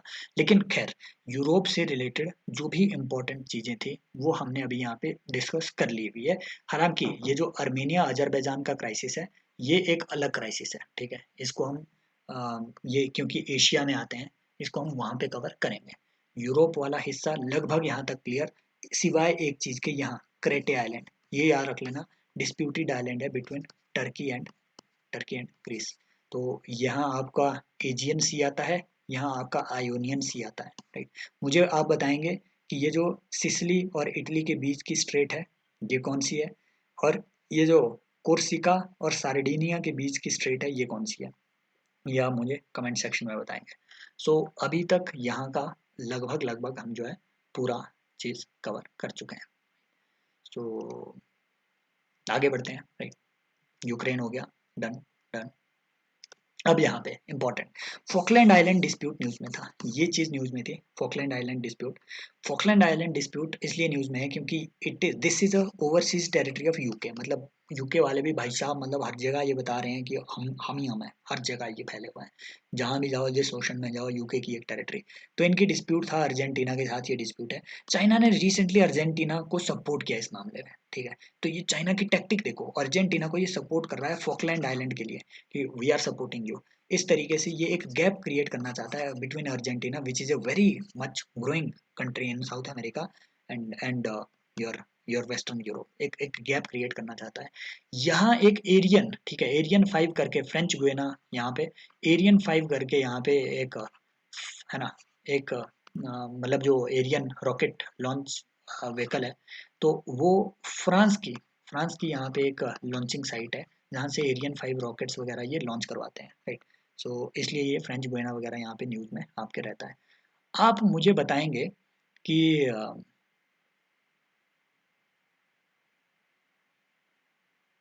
ठीक है, आप यहाँ कुछ भी नहीं बताएंगे उतना, आप मुझे बताएंगे कि माउंट स्ट्रोम्बोली कहाँ है, स्ट्रोम्बोली स्ट्रोम्बोली कहाँ है, ये आप मुझे कमेंट सेक्शन में बताएंगे, राइट। और इक्वेडोर, यहाँ इक्वेडोर के बिल्कुल इधर अगर आप पैसिफिक में आएंगे तो यहाँ पे एक इंपॉर्टेंट टेरिटरी न्यूज़ में थी, राइट। तो आगे भी हम वो कवर करेंगे, आपका गैलापेगस, ठीक है, गैलापेगस। ये गैलापेगोस आइलैंड इसलिए न्यूज़ में है और इम्पोर्टेंट इसलिए है क्योंकि वो जो डार्विन है ना, डार्विन, डार्विन जिसको आपने बचपन से पढ़ा हुआ है कि हाँ उसी ने बताया कि हम पहले बंदर थे और पूंछ गायब हो गई फिर इंसान हो गए, दिमाग भी तो आया तुम में थोड़ा। तो वो जो गैलापागोस, ठीक है, आइलैंड है, ये इसी का है, इक्वेडोर का ही।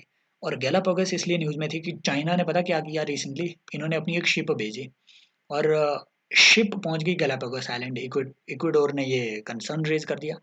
चाइना ने उस वक्त बोला कि ये क्या है कि फिशिंग करने के लिए हमने भेजी थी और फिशिंग करते करते पैसिफिक ओशन क्रॉस करते इधर आ गई, समझ गए। तो चाइना का समझ के बहाना भी एकदम क्वालिटी का मारते हैं वो लोग।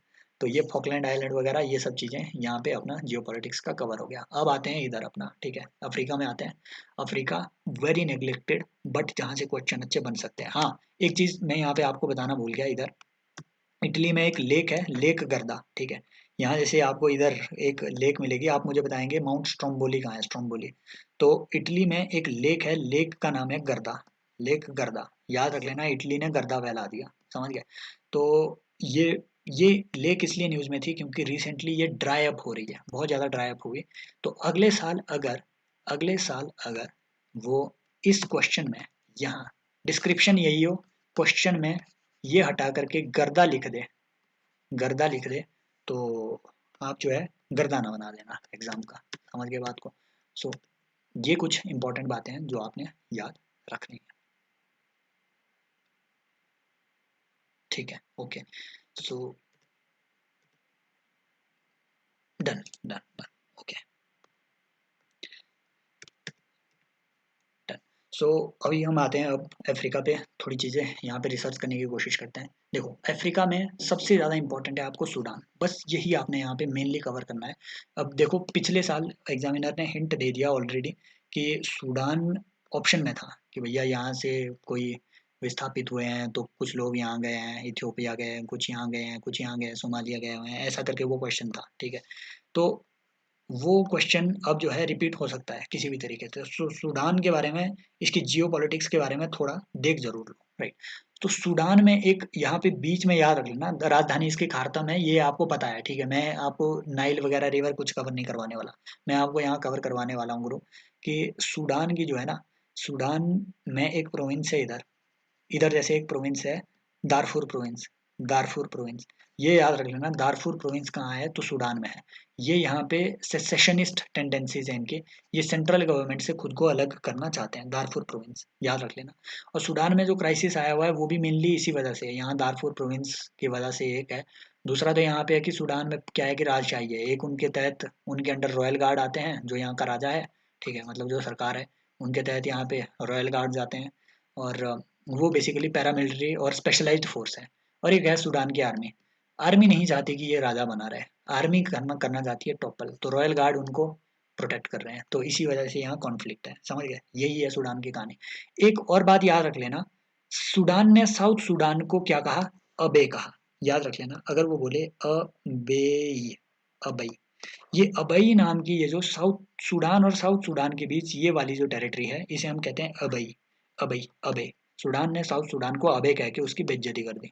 तो ये याद रख लेना, इन दोनों के बीच जो है ये डिस्प्यूटेड टेरिटरी है, याद रख रह जाएगा, याद रह जाएगा। आप मुझे बताएंगे कि जाम्बेजी रिवर जो है, जाम्बेजी रिवर ये ईस्ट की तरफ जाती है या वेस्ट की तरफ जाती है, ठीक है। और ठीक है, लुसाका किसकी राजधानी है, और बस मुझे ये भी बताएंगे कि वो कौन सी कंट्री यहाँ में से है जहाँ पे, ठीक है ये ज़्यादा हो जाएगा यार उन लोगों के लिए जिनको मैंने ऑलरेडी आईआर पढ़ाया हुआ है उनके लिए, ठीक है, मतलब इतना काफ़ी है। ये चार्ट वार्ड वगैरह हो गया डन। और इथियोपिया भी इम्पोर्टेंट है, इथियोपिया इम्पोर्टेंट है क्योंकि इथियोपिया में there is a group, right, there is a secessionist group. और इथियोपिया में आपके आई एम राइट, करेंटली मैं अभी भूल रहा हूँ उस ग्रुप का नाम, right. So there was a group यार, मतलब मैं एकदम से नाम भूल गया पता नहीं क्यों। अ, खैर जैसे ही याद आएगा मैं आपको बताऊंगा। तो इथियोपिया में भी एक कॉन्फ्लिक्ट जरूर है, राइट, इथियोपिया में आपके कॉन्फ्लिक्ट है आजकल चला हुआ। और सोमालिया वगैरह ये आपका आया हॉर्न ऑफ अफ्रीका में, इथियोपिया आ गया, सोमालिया आ गया, और आपकी इरिट्रिया आ गया। यहाँ जिबूती आता है, जिबूती में चाइना ने अपना एक पोर्ट बिल्ड करने की एक कोशिश की थी, राइट। और ये कुछ बातें आपने याद रखनी है अफ्रीका के बारे में। इम्पोर्टेंट बात है अफ्रीका के बारे में कि ये जो यहाँ पे एरिया है, ये आता है आपके इंडियन ओशन कमीशन, ये याद रख लेना, इंडियन ओशन कमीशन। 5 मेंबर्स है इस कमीशन के, परमानेंट मेंबर्स 5 है। मैं बताऊंगा क्यों इंपॉर्टेंट है, यहाँ से डायरेक्टली क्वेश्चन आ सकता है, पूछेगा मेंबरशिप बेस्ड क्या इंडिया मेंबर है या नहीं है। कौन इसके 5 मेंबर है मैं बताऊंगा आपको, राइट। एक है आपका यहाँ पे आपका सिशेल जाएगा, सिशेल, ठीक है, सिशेल आपने सुना होगा, राइट। सो सिशेल जाएगा और उसके नीचे आपको यहाँ कोमोरोस देखने को मिलेगा, मेडागास्कर देखने को मिलेगा, फ्रेंच रीयूनियन आइलैंड मिलेगा और यहाँ आपको मिलेगा Mauritius, Mauritius, Seychelles, Comoros, Madagascar, French Reunion. ये 5 कंट्रीज है इंडियन ओशन कमीशन के मेंबर्स, राइट। और याद रख लेना इंडियन ओशन कमीशन मतलब काफी पुराना है, 1980s का ये बना हुआ है आई थिंक, राइट। और याद रख लेना ये इंपॉर्टेंट इसलिए क्योंकि रिसेंटली, वेरी रिसेंटली 2020 में इंडिया बना है इंडियन ओशन कमीशन का observer member, observer member, observer member, याद रख लेना। इसका ऑब्जर्वर मेंबर चाइना भी है, यूएसए नहीं है। जापान भी है, चाइना भी है, यूएसए नहीं है, याद रख लेना। बहुत बाकी ईयू वगैरह भी है, लेकिन यूएसए नहीं है इंडियन ओशन कमीशन का ऑब्जर्वर मेंबर। रखना हो तो याद रख लेना, बट इंडिया का याद रखना, मेंबर नहीं है, ऑब्जर्वर मेंबर है। और यहाँ जिबूती इसलिए इंपॉर्टेंट है क्योंकि यहाँ आपको देखने को मिलेगा DCC, Djibouti code of conduct. इसका भी ऑब्जर्वर इंडिया बना है रिसेंटली 2020 में। ये जिबूती कोड ऑफ कंडक्ट किस चीज के बारे में बात करता है, इस एरिया में गल्फ ऑफ एडन में जो पायरेसी हो रही है उसको रोकने की ये बात करता है जिबूती कोड ऑफ कंडक्ट। इसका रिसेंटली ऑब्जर्वर मेंबर इंडिया बना है, चाइना नहीं है इसका मेंबर।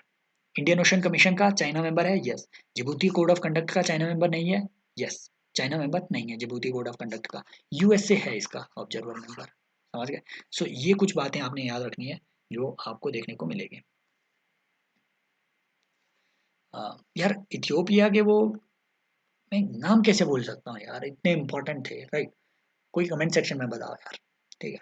सो इंपॉर्टेंट है, ये बहुत इंपॉर्टेंट है इथियोपिया वाला क्राइसिस। और एक और इंपॉर्टेंट यहाँ पे, राइट, हला इब ट्राइंगल, ये याद रख लेना गुरु, अगर वो आपसे पूछे ना। मैंने आपको लूबियन ट्राइंगल कहाँ बताया था, यूरोप में। लूबियन ट्राइंगल इज डिफरेंट।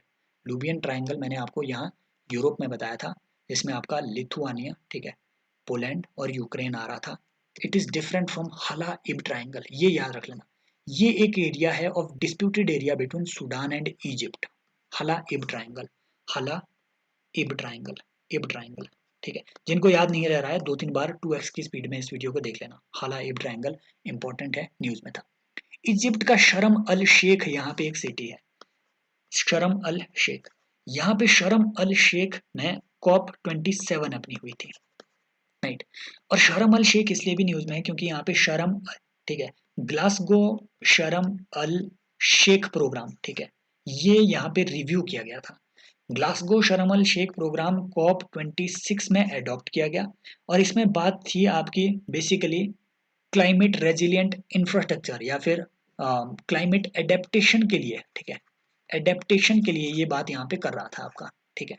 ग्लासगो शर्म अल शेख वर्क प्रोग्राम, इसे रिव्यू किया गया इस शर्म अल शेख सिटी में, याद रख लेना, इंपॉर्टेंट है आपको, राइट। इजिप्ट में क्वेश्चन बन सकता है, क्लियर, डन। और ये देखो इधर आपको देखने को मिलेगा, ये है आपका सिनाई पेनिनसुला, सिनाई पेनिनसुला, ये हम आगे देख लेंगे, एशिया के मैप में भी आपको ये देखने को मिलेगा, राइट। सो एंड यहाँ यमन देख लो, यमन क्योंकि यहाँ पे दिख ही रहा है, तो यमन का भी, ठीक है, देयर इज अ रीजन, मारीब करके रीजन है ये यमन का एरिया, मारीब, ये नीचे वाला एरिया यमन, ये एशिया में आता है वैसे। तो मारीब रीजन, तो मारीब रीजन इसलिए न्यूज में था क्योंकि यहाँ पे आपको हाउती, हाउती रेबल देखने को मिलेंगे। हाउतीज यमन में आज़ादी की मांग कर रहे हैं। They are supported by Iran, Iran which is a Shia country, Shia country. Yemen की जो रेस्ट ऑफ द पॉपुलेशन है वो है सुन्नी कंट्री, सुन्नी कंट्री।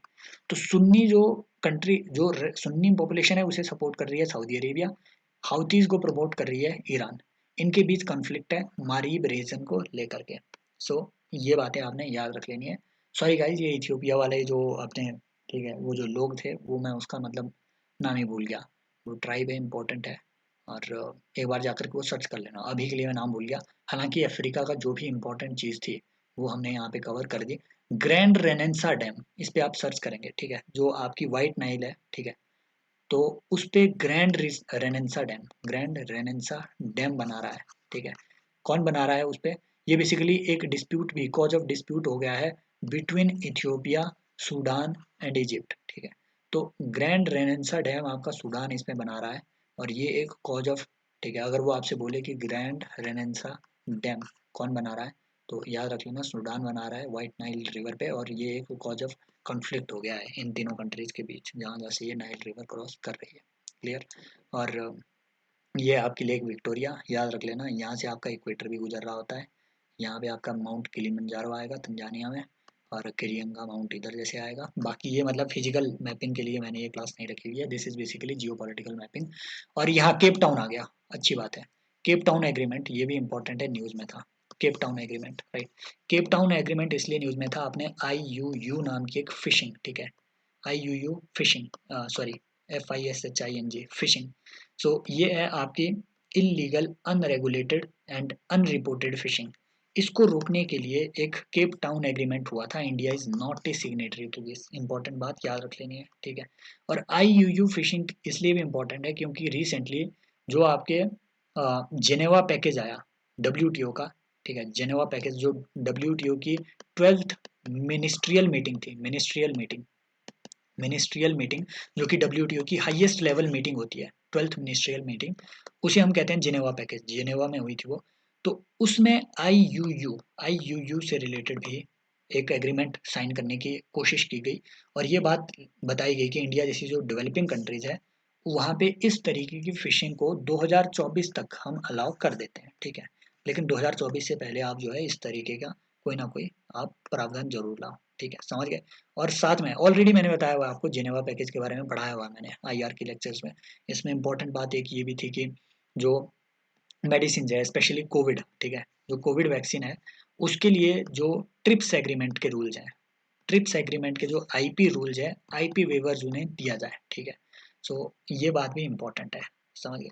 सो अपना जो है, ठीक है, ये भी अपना कवर हो गया। अब आते हैं एशिया पे, इंपॉर्टेंट है यहाँ, हम बहुत चीज़ें यहाँ पे मिक्स करने वाले हैं, राइट? सबसे पहले सबसे पहले सबसे पहले इम्पोर्टेंट है, याद रख लेना, ओमान में दुक्म पोर्ट, याद रख लेना। यहाँ सऊदी अरेबिया में जेद्दा पोर्ट, याद रख लेना, ठीक है? ये सिनाई पेनिनसुला, याद रख लेना, सिनाई पेनिनसुला। यहाँ पे सिनाई पेनिनसुला और मतलब इजिप्ट और सऊदी अरेबिया के बीच यहाँ गल्फ ऑफ अकाबा पड़ती है। अकाबा, अकाबा, ये याद रख लेना। इम्पोर्टेंट इसलिए है गल्फ ऑफ अकाबा क्योंकि जब हम आगे जाकर के इसराइल की मैपिंग करेंगे, तो आपको लगता होगा कि इसराइल लैंड लॉक्ड है, मतलब ईस्ट से लैंड लॉक्ड है, मेडिटेरेनियन सी तो बेटर बॉर्डर शेयर कर ही रहा है, गल्फ ऑफ अकाबा में भी ये नीचे जुड़ा हुआ है। आगे हम ये देखेंगे, समझ गए? सो ये बात आपने इम्पोर्टेंट है, याद रख लेनी है। आप मुझे बताएंगे कि ईरान का वो कौन सा पोर्ट है जहाँ पे हम पोर्ट बिल्ड कर रहे हैं, समझ गए? सो ये भी जो है आप मुझे कमेंट सेक्शन में बताएंगे, ठीक? सो ईरान में एक जगह हम पोर्ट बिल्ड कर रहे हैं, वो आप मुझे बताएंगे कमेंट सेक्शन में। सऊदी अरेबिया का जेद्दा पोर्ट, याद रख लेना। ओमान का दुक्म पोर्ट, दुक्म इसलिए न्यूज़ में है क्योंकि इंडिया को रिसेंटली मिलिट्री एक्सेस मिली थी यहाँ के लिए, राइट? यमन की कहानी तो मैंने आपको बता दी। और राइट, UAE तो इम्पोर्टेंट है आपका, क्योंकि I2U2, ये एक और चीज़ याद रख लेना। I2U2 में इंडिया, ठीक है? इंडिया और आपका इसराइल, UAE और USA, ये चार चार कंट्रीज है I2U2 के तहत जो है ये इस्टेब्लिश, मतलब ये I2U2 ग्रुपिंग इन्होंने शुरू की है, ठीक है? इसे हम मिडल ईस्टर्न क्वाड भी कह रहे हैं। इंपॉर्टेंट बात है, याद रख लेना, यहाँ आपकी स्ट्रेट ऑफ हॉर्मुज आपको देखने को मिलेगी। अभी हम पूरी मैपिंग ये नहीं है, जियोपॉलिटिकल मैपिंग अभी करेंगे। शुरुआत करते हैं ईरान से, सॉरी, ईरान से शुरुआत करते हैं अपनी, ईरान से। ईरान इसलिए इम्पोर्टेंट है क्योंकि ईरान न्यूक्लियर क्वेश्चन की वजह से बहुत इंपॉर्टेंट है। ईरान न्यूक्लियर एनरिचमेंट की वजह से बहुत इंपॉर्टेंट है। इसी को रोकने के लिए 2015 में एक एग्रीमेंट लाया गया JCPOA, joint comprehensive plan of action, जिसे हम P5+1 एग्रीमेंट भी कहते हैं। इसमें चारों है ना 500 P5 कंट्रीज, अब मुझे ये बताने की जरूरत नहीं है कि परमानेंट मेंबर्स कौन है यूएनएससी के, पांचों P5 कंट्रीज भी इसके मेंबर थे। और ये जो वन है ये है आपका जर्मनी, जर्मनी भी इसका मेंबर था। तो ये एक ऐसा एग्रीमेंट था जो कि ईरान को न्यूक्लियर एनरिचमेंट करने से रोकने के लिए लाया गया था, और फिर यूएसए ने खुद ही इससे विड्रॉ कर दिया, और अब ये लगभग इनइफेक्टिव हो गया है। ईरान इसलिए भी न्यूज़ में था क्योंकि रिसेंटली ईरान ने चाइना के साथ $500 बिलियन इन्वेस्टमेंट की जो है डील की थी, राइट। ईरान इसलिए भी इम्पोर्टेंट है क्योंकि जो चाबहार पोर्ट हम यहाँ पे बना रहे हैं, राइट, वो चाबहार पोर्ट इंडिया को कनेक्ट कर रहा है, इंडिया को बॉम्बे से कनेक्ट कर रहा है। और यहाँ चाबहार पोर्ट से हम यहाँ से होते हुए, ठीक है, रशिया के इधर मॉस्को तक हम एक एक कॉरिडोर बनाने की कोशिश कर रहे हैं। इसे हम कह रहे हैं INSTC, international north south transport corridor. और ये जो कॉरिडोर जा रहा है, मैंने यहाँ गलत लगा दिया, ये अर्मेनिया से नहीं जा रहा है, ये इधर अजरबैजान से होते हुए जॉर्जिया से होते हुए यहाँ जा रहा है आपके, समझ गए। सो ये है आपका कॉरिडोर, INSTC कॉरिडोर। याद रखने की जरूरत नहीं है कौन कौन से कंट्री से पास थ्रू हो रहा है, इतनी याद रख लेना। इंपॉर्टेंट ईरान इसलिए भी है कि ये जो चाबहार पोर्ट है, इसे हम कनेक्ट करना चाहते थे। We want to connect this port to Afghanistan also through a link road, जिसे हम कह रहे हैं जाहेदन जरंज। ये जरंज है ईरान की ही टेरिटरी, जरंज जो है ईरान की एक टेरिटरी है। तो जाहेदन से जरंज तक हम एक रेल लिंक इस्टेब्लिश करना चाहते थे। और जरंज से यहाँ अफगानिस्तान का दिलाराम की एक प्रोविंस है, दिलाराम, दिलाराम, तो दिलाराम तक हम जो है आगे रोड के थ्रू इसे एक्सटेंड करना चाहते थे। इस तरीके से हम अफगानिस्तान तक पहुंच सकते थे, और अफगानिस्तान के रास्ते फिर सेंट्रल एशिया में अपनी पैठ बना सकते थे, जहाँ पे आजकल चाइना का दबदबा चल रहा है, और पाकिस्तान को बाईपास करके ये सब हम कर सकते थे, राइट। राइट। सो ये इंपॉर्टेंट है, जाहेदन जरंज वगैरह, रेल लाइन वगैरह। और ईरान की दो न्यूक्लियर फैसिलिटीज याद रख लेना, एक यहाँ जैसे आपको मिलेगी फॉरडो, और यहाँ जैसे आपको मिलेगी नतंज, NATANZ। तो ये जो दोनों न्यूक्लियर फैसिलिटीज है, ये ईरान की बहुत ज़्यादा न्यूज़ में थी, क्योंकि रिसेंटली इसराइल ने यहाँ पे क्लेम किया कि मोसाद, जो कि इसराइल की इनकी एजेंसी है, ठीक है, इंटेलिजेंस एजेंसी, माना जा रहा है कि मोसाद ने यहाँ पे अटैक किया, और उसके बाद जो है ये दोनों फैसिलिटीज एकदम ध्वस्त हो गई, समझ गए। ईरान क्लियर, ईरान की geopolitics clear, done. Tapi pipeline, Tapi pipeline is basically Turkmenistan, Afghanistan, Pakistan और इंडिया, यहाँ तक एक हम गैस पाइपलाइन इस्टेब्लिश करना चाहते थे, जो अब लगभग नामुमकिन लग रही है अगर पाकिस्तान के साथ ऐसे ही हमारे संबंध रहे तो तापी पाइपलाइन याद रख लेना, ये इंपॉर्टेंट है, इंपॉर्टेंट, ठीक है। अब उन्होंने यहाँ पे हम एक बहुत इंपॉर्टेंट जगह पे फोकस करने वाले हैं, अजरबैजान और अर्मेनिया के बीच, ठीक है। एक डिस्प्यूट है, एक डिस्प्यूट है, इनके बीच एक डिस्प्यूटेड टेरिटरी है, ठीक है। अगर मैं इसे जूम कर लूँ, ठीक है, 1 second, let me zoom it, ठीक है। ओहो, गलत जगह जूम हो गया, ये देखो, ये जो जगह है इधर, इधर आपको दिख रहा होगा अर्मेनिया अजरबैजान, ये जो जगह है, यहाँ पे हम फोकस कर रहे हैं बेसिकली, ये जगह। इन अर्मेनिया, ये आपका अजरबैजान ईस्ट में है, कैस्पियन सी को ये टच कर रहा है, अर्मेनिया लैंड लॉक्ड है, याद रख लेना। तो ये जो इधर आपको अजरबैजान दिख रहा है, जहाँ पे मैं पॉइंट कर रहा हूँ, ये अजरबैजान है मेनली मुस्लिम बहुल कंट्री, यहाँ पे मुस्लिम पॉपुलेशन ज़्यादा मिल रही है। ये जो अर्मेनिया है, ये है मेनली क्रिश्चियन कंट्री, याद रख लेना। आगे हम एक ऑर्गेनाइजेशन भी पढ़ेंगे, CSTO का एंगल यहाँ पे पढ़ेंगे जरूर। ये है मेनली क्रिश्चियन कंट्री आपकी अर्मेनिया। इन दोनों के बीच एक डिस्प्यूट है, नागोर्नो कराबाख, ठीक है। इन दोनों के बीच एक डिस्प्यूट है अपना, जिसे हम कहते हैं नागोर्नो कराबाख, नागोर्नो कराबाख, ठीक है। इस एरिया में है नागोर्नो कराबाख, याद रख लेना, नागोर्नो कराबाख, कराबाख, ठीक है। तो नागोर्नो कराबाख, ये जो डिस्प्यूट है, ये बहुत इंपॉर्टेंट है, यहाँ से क्वेश्चन बन सकता है। इसी डिस्प्यूट को रिजॉल्व करने के लिए मिन्स्क ग्रुप इस्टेब्लिश किया गया था, यहाँ जो हमने पढ़ी, राइट। कहाँ गया अपना पोलैंड, किधर गया, ये तो पूरा इधर आ गया, रोमानिया, अच्छा इधर आ गया। पोलैंड की राजधानी थी यार शायद मिन्स्क, इधर तो नहीं आ रहा है, पीछे कहाँ गया यूरोप का मैप,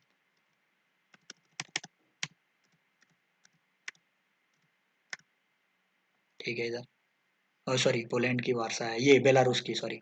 तो यहाँ मिन्स्क, एक देखो मिन्स्क एग्रीमेंट हमने अलग पढ़ा, ये हमने यूक्रेन और रशिया के लिए पढ़ा, ठीक है। और हमने नॉर्मेंडी 4 अलग से पढ़ा, वो यूक्रेन और रशिया के लिए। एग्रीमेंट अलग है, मिन्स्क ग्रुप अलग है। अगर वो मिन्स्क ग्रुप की बात करें तो ये एक अलग ग्रुप है, अर्मेनिया और अजरबैजान। अर्मेनिया और अजरबैजान के बीच, ये है आपका अजरबैजान, यहाँ है आपका ये अर्मेनिया, येरेवन इसकी राजधानी है। इनके बीच जो ये डिस्प्यूट है, मिन्स्क ग्रुप इसको रिजॉल्व करने के लिए बनाया गया है। मेनली इसके जो मेंबर्स हैं आपके, उसमें आपके राइट, जो जो इसके चेयर हैं वो आपके यूएस से है, रशिया है, राइट, और इसमें आपके फ्रांस आता है, ठीक है। ये 3-4 लोग इसके चेयर कर रहे हैं। हालांकि इस ग्रुप के मेंबर बहुत ज़्यादा है। There is something known as organisation for European security, है ना, OESC करके एक है, इस तरीके की एक ऑर्गेनाइजेशन है। इसमें बहुत सारे मेंबर है, 64 के आसपास मेंबर हैं। वो याद नहीं रखना है आपको, अलग से यूरोपियन सिक्योरिटी है, आर्किटेक्चर को, सब चीज़ों को पढ़ने की जरूरत नहीं है। तो उसका एक सब पार्ट है ये। लेकिन मिन्स्क ग्रुप अगर वो पूछे तो याद रख लेना किस चीज़ से रिलेटेड है, इस चीज़ से रिलेटेड। मिन्स्क एग्रीमेंट पूछे तो यूक्रेन और रशिया के बीच में, और आपके नॉर्मेंडी फॉर्मेट अगर वो बोले तो यूक्रेन और रशिया के बीच में। Clear? Done done done done done. So Minsk group, Minsk agreement, Azerbaijan और आर्मेनिया का कॉन्फ्लिक्ट भी हमने पूरा यहाँ पे कवर कर दिया। अब आते हैं, जब मैंने आपको ऑलरेडी यहाँ पे जियो पॉलिटिक्स थोड़ी बहुत इसकी समझा दी, वन सेकेंड, जब ऑलरेडी हमने इसकी जियो पॉलिटिक्स यहाँ पे समझ ली कि आपके जो अजरबैजान है, जो कि आपके कैस्पियन सी को कर रहा है, बॉर्डर शेयर कर रहा है इसके साथ, राइट, और जो अर्मेनिया है ये मेनली लैंड लॉक्ड है। अर्मेनिया में मेनली आपके क्रिश्चियन लोग मिल रहे हैं, वो भी रशियन, और आपके जो अजरबैजान है ये मेनली आपके यहाँ पे मुस्लिम लोग रह रहे हैं। तो आप खुद सोचो, इसमें टर्किक काउंसिल का मेंबर कौन होना चाहिए? वो जो क्वेश्चन था ना पीछे, टर्की काउंसिल वाला जो मेंबर यहाँ पे क्वेश्चन पूछा हुआ था, सोचो, क्या अर्मेनिया टर्किक काउंसिल के मेंबर होने की अर्मेनिया की पॉसिबिलिटी है? इसे हटा देते तो आ जाता उत्तर। क्रोएशिया तो आपको पता है भैया, यूरोप में है क्रोएशिया, समझ गए, है ना। तो टर्की का काउंसिल यहाँ पे हम साथ में है, राइट। ये इसलिए टर्की इसलिए न्यूज में था क्योंकि टर्की ने पिछले साल काफी ज्यादा इन्फ्लुएंस क्रिएट करने की यहाँ पे अर्दोगन ने कोशिश की थी। तो टर्की काउंसिल के जो मेंबर है वो इधर देखो जरा, ठीक है, ये आपका टर्की, ठीक है। और यहाँ पे मेनली जो टर्किश स्पीकिंग पॉपुलेशन के जो एरिया है, जिसमें आपका टर्की आता है, अजरबैजान आता है, फिर इधर तुर्कमेनिस्तान आता है, तुर्क से ही पता चल रहा है तुर्की ये बोलता होगा, ठीक है। फिर इसमें आपका उज्बेकिस्तान आता है, फिर इसमें आपका इधर, ठीक है, तजिकिस्तान नहीं आता आई थिंक, है ना, ये कजाकिस्तान आता है, ठीक है, किर्गिस्तान आता है, ठीक है, और कजाकिस्तान आता है। ये है आपके ऑर्गेनाइजेशन ऑफ टर्की काउंसिल, समझ गए। सो ये बात आपने याद रखनी है, राइट, एंड इम्पॉर्टेंट बात है। और अब यहाँ इराक में बगदाद तो आपको पता ही है, सीरिया में आपको ओलेप्पो, अलेप्पो नाम का एक शहर, ठीक है, अलेप्पो, ये आपने याद रख लेना है। यहाँ पे भी आपको देखने को मिलेगा कि मतलब एग्जाम यहाँ से पूछे जा सकते हैं। दमिश्क कहाँ है, डमिस्कस, ये आप मुझे कमेंट सेक्शन में बताएंगे, हालांकि आपको दिख भी रहा है, राइट। सो अब आते हैं अपना इधर इसराइल के डिस्प्यूट पे। इसराइल को थोड़ा, इसराइल की मैपिंग कर लेते हैं। This is Israel. यहाँ एक बार पहले कॉम्प्रिहेंसिव मैप में देख लो, यहाँ पे हम बात कर रहे हैं इसराइल की, right. So Israel is sharing border with Mediterranean sea, बिल्कुल सही बात है। और यहाँ दो आपको लेक्स मिलेगी, ये बेसिकली इनलैंड रेजर्वायर्स है, कोई सी नहीं है बेसिकली। एक है ऊपर आपको मिलेगी लेक टिबेरियस, नीचे आपको मिलेगा डेड सी। डेड सी, डेड सी है बिल्कुल हाइपर सेलाइन। आप मुझे बताएंगे कमेंट सेक्शन में मोस्ट सेलाइन लेक कौन सी है। वो टर्की की एक लेक है, आप मुझे बताएंगे दुनिया की मोस्ट सेलाइन लेक कौन सी है। ये है आपकी सेलाइन लेक डेड सी, ठीक है। और इसमें गिरती है आपकी जॉर्डन रिवर, ठीक है, जॉर्डन रिवर इसमें गिरती है, बावजूद इसके जो है ये आपकी जो है सेलाइन लेक आपको देखने को मिलेगी। लेक टिबेरियस इसमें भी ऊपर से आ रही होती है आपकी जॉर्डन रिवर, राइट। सो लेक टिबेरियस ये है आपकी फ्रेश वाटर लेक। इसी को हम, राइट, इसी को हम सी ऑफ गैलीली भी कह रहे हैं, सी ऑफ गैलीली, गैलीली, ठीक है, सी ऑफ गैलीली भी कह रहे हैं। सो ये इसकी इंपॉर्टेंट मैपिंग का एरिया है। और गाजा स्ट्रिप, गाजा स्ट्रिप जो है ये एक डिस्प्यूटेड टेरिटरी है, राइट, ये एक डिस्प्यूटेड टेरिटरी है बिटवीन इसराइल एंड पैलेस्टीन। पहले इसमें इजिप्ट भी एक पार्टी था, अब उसने मतलब एक अकॉर्ड इनके बीच साइन हुआ था, right, that is your camp David accord. Camp David accord Israel और इजिप्ट के बीच साइन हुआ था, राइट, बहुत पहले 1980s में ये साइन हो चुका है आपका 1978 के आसपास, राइट। आपको कैंप डेविड एकॉर्ड साइन होते हुए देखने को मिलेगा। तो अकॉर्ड के बाद इजिप्ट ने तो अपनी अच्छे रिलेशंस इसराइल के साथ इस्टेब्लिश कर दिए थे, वो सब चीज़ें भी हम देखेंगे अभी, बगदाद अकॉर्ड वगैरह, बगदाद सॉरी आपके जो क्या कहते हैं अब्राहम अकॉर्ड वगैरह, उन सब चीज़ों को हम यहाँ पे अभी कवर करेंगे, राइट। लेकिन अभी के लिए समझो कि यहाँ गाजा स्ट्रिप पाई जा रही है, वेस्ट बैंक की तरफ पाया जा रहा है, वेस्ट बैंक। और यहाँ राइट, यहाँ आपको ऊपर गोलन हाइट्स मिलेगा। ये गोलन हाइट्स है disputed area between Syria and Israel. Syria इधर पड़ता है, इजराइल यहाँ है, यहाँ बड़े मैप में समझो, ये आपका सीरिया, यहाँ इजराइल, यहाँ पड़ रही है आपकी गोलन हाइट। तो गोलन हाइट इनके बीच डिस्प्यूटेड एरियाज है। और ये वेस्ट बैंक जो कि जॉर्डन रिवर के वेस्ट में है, ठीक है, वेस्ट बैंक इसलिए इसका न्यूज नाम रखा है, जॉर्डन रिवर के वेस्ट में है वेस्ट बैंक। ये है जॉर्डन और आपके इसराइल के बीच की डिस्प्यूटेड टेरिटरी। और ये गाजा स्ट्रिप है, इसराइल और पैलेस्टीन, पहले इजिप्ट भी इसमें एक पार्टी था, राइट, उनके बीच की आपकी एक टेरिटरी। इंपॉर्टेंट है, याद रख लेना, क्लियर। आई होप ये सब चीज़ें यहाँ की इसराइल की आपको क्लियर हो गई होगी, राइट। आयरन डोम इसराइल का इंपॉर्टेंट है, न्यूज़ में था। जेरूसलम के चारों ओर इन्होंने एक डोम क्रिएट करके रखा हुआ है, सिक्योरिटी डोम। ऐसा वो डोम नहीं है बेसिकली, इसमें बेसिकली इन्होंने एंटी एयरक्राफ्ट मिसाइल्स वगैरह और एंटी मिसाइल वेपन सिस्टम इन्होंने यहाँ पे इस्टेब्लिश करके रखे हैं, जैसे हमारे S-400 है, राइट, जो कि हमने रशिया से परचेज किए हुए हैं। वैसे ही इन्होंने यहाँ पे एक डोम टाइप, मतलब एक इनविजिबल एक डिफेंस अपने लिए क्रिएट करके रखा हुआ है, जिसे आयरन डोम कहते हैं। इंपॉर्टेंट बात है, याद रख लेना, जियो पॉलिटिक्स से रिलेटेड है। मैं यहाँ साइंस एंड टेक कवर नहीं कर रहा हूँ, हमने क्या क्या वेपन से लिए वो कवर नहीं हो रही है, जियो पॉलिटिकल मैपिंग है, क्लियर, डन। अब आते हैं इसराइल और मिडल ईस्ट के कॉन्फ्लिक्ट के बारे में, राइट। इसमें कुछ एक अकॉर्ड आपने याद रखने हैं। इसराइल ने जो है ना काफ़ी लंबी 6 साल की वॉर लड़ी थी पहले इजिप्ट के साथ भी, राइट। तो बाद में इजिप्ट तो हार ही गया, मतलब इसराइल जो है ना जिसके साथ लड़ता है पीट ही देता है बाई गॉड, और वो फिर टिक नहीं पाता है, इजिप्ट फिर हार ही गया। इन्होंने उसके बाद इसराइल के साथ एक पीस अकॉर्ड साइन कर दिया, उसे हम कहते हैं camp David accord, camp David accord.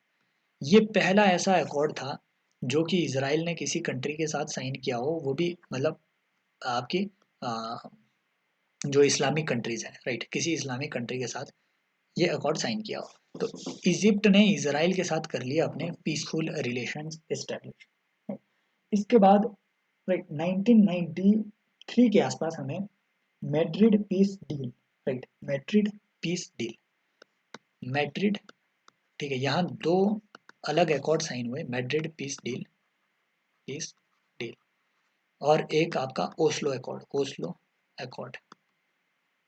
तो ये मैड्रिड पीस डील, मैड्रिड है स्पेन की राजधानी, याद रख लेना। ये दोनों अकॉर्ड्स भी सिंपल, थोड़ा सा मतलब बैकग्राउंड थोड़ा रफ सा याद रखो कि इस चीज़ के बारे में बात कर रहा है। तो मैड्रिड पीस डील या मैड्रिड ये अकॉर्ड भी आपके इसराइल से ही डील कर रहा है, राइट।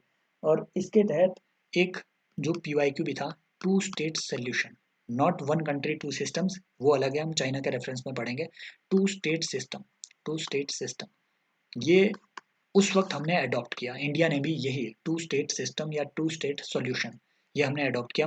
इट मीन्स इसराइल में एक इसराइल स्टेट बनेगा, एक पैलेस्टाइन, हम दोनों को रिकॉग्नाइज करेंगे। और अगर वो आपसे पूछे कि इंडिया की पॉलिसी ऑफ डी हाइफनेशन, ये भी आपसे पूछ सकता है, डी हाइफनेशन किस चीज़ से ज़्यादा डील कर रही है, तो वो वेस्ट एशियन जियोपॉलिटिक्स से।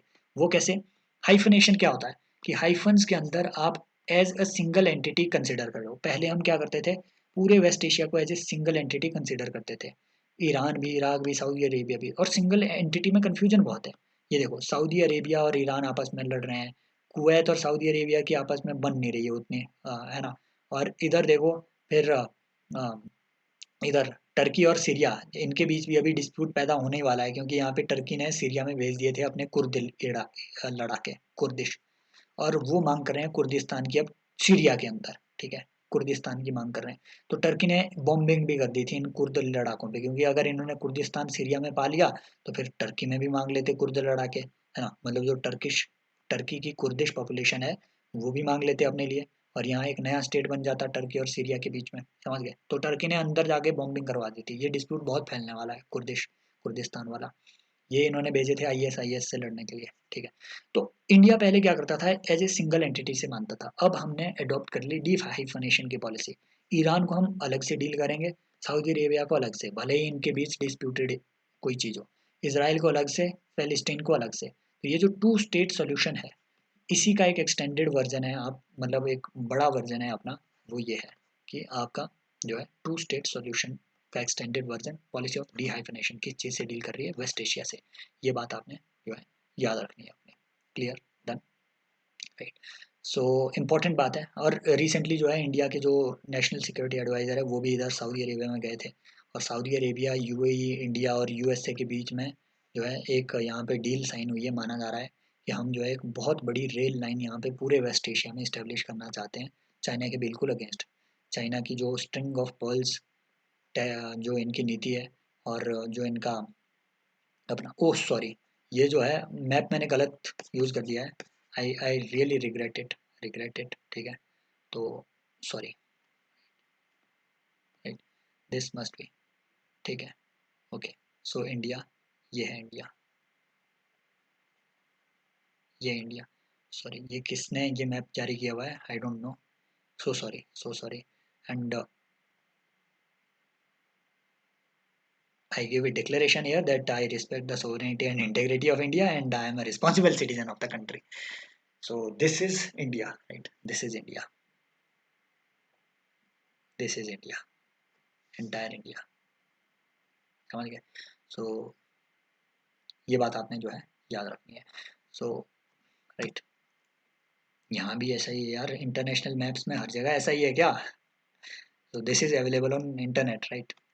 Sorry. So यहाँ इसका रेफरेंस लेते हैं। डन। अब ना ये एक अकॉर्ड हमने यहाँ पे साइन किया हुआ है। सो चाइना की जो पॉलिसीज़ हैं उनसे टैकल करने के लिए हमने ये एक अकॉर्ड यहाँ पे शुरू किया हुआ है। Done, clear. और apart from this Turkey council वगैरह हमने देख लिया, राइट। अब एक इम्पॉर्टेंट बात है CSTO, जहाँ से क्वेश्चन बन सकता है।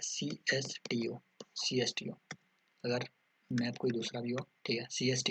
CSTO बेसिकली एक आपके कलेक्टिव सिक्योरिटी ट्रीटी ऑर्गेनाइजेशन है, रशिया लेड है। जैसा यूएसए का नेटो है वैसा ही रशिया ने बना रखा है CSTO, राइट।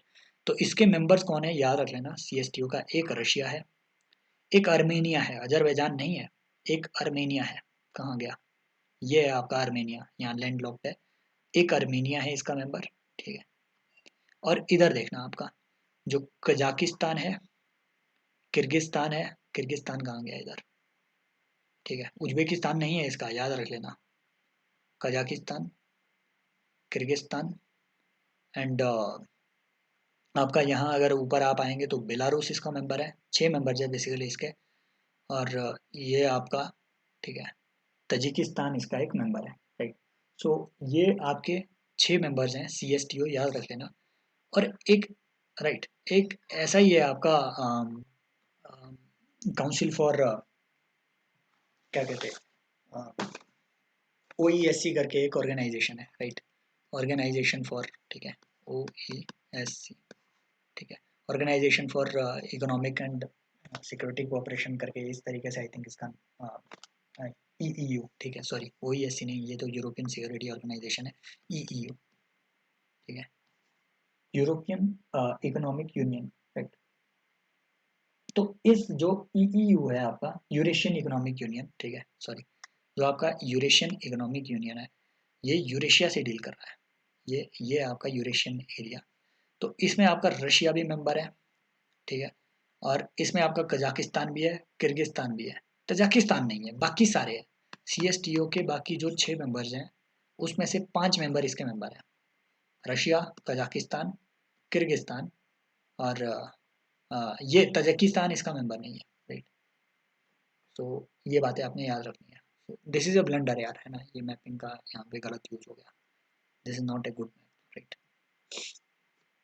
तो खैर छोड़िए, राइट। सो हमने तो यहाँ पे चीज़ें कवर ही करनी है, यहाँ तक क्लियर। अपना एशिया का इंपॉर्टेंट सारी चीज़ें अपन यहाँ पे कवर कर दिए हुए हैं। अपार्ट फ्रॉम दैट वो जो बाकी इनिशिएटिव्स है, B3W वगैरह इनिशिएटिव, वो हम बाद में डिस्कस करेंगे। G20 वगैरह के इनिशिएटिव्स साथ में डिस्कस हम करेंगे, राइट। यहाँ हम मैपिंग पे फोकस कर रहे हैं अपनी कुछ चीज़ों की, राइट। अब अफगानिस्तान में आते हैं, राइट। अफगानिस्तान में आते हैं, ये है अपना अफगानिस्तान। और अफगानिस्तान की बॉर्डरिंग कंट्री वाला यही क्वेश्चन पूछा था। पाकिस्तान करेगा यस, इंडिया करेगा यस, तजिकिस्तान करेगा यस, ठीक है, उज्बेकिस्तान, तुर्कमेनिस्तान, उसमें एक एक था अर्मेनिया। भाई देखो इधर अर्मेनिया कहाँ पड़ रहा है आपका, अर्मेनिया इधर है, अफगानिस्तान इधर है।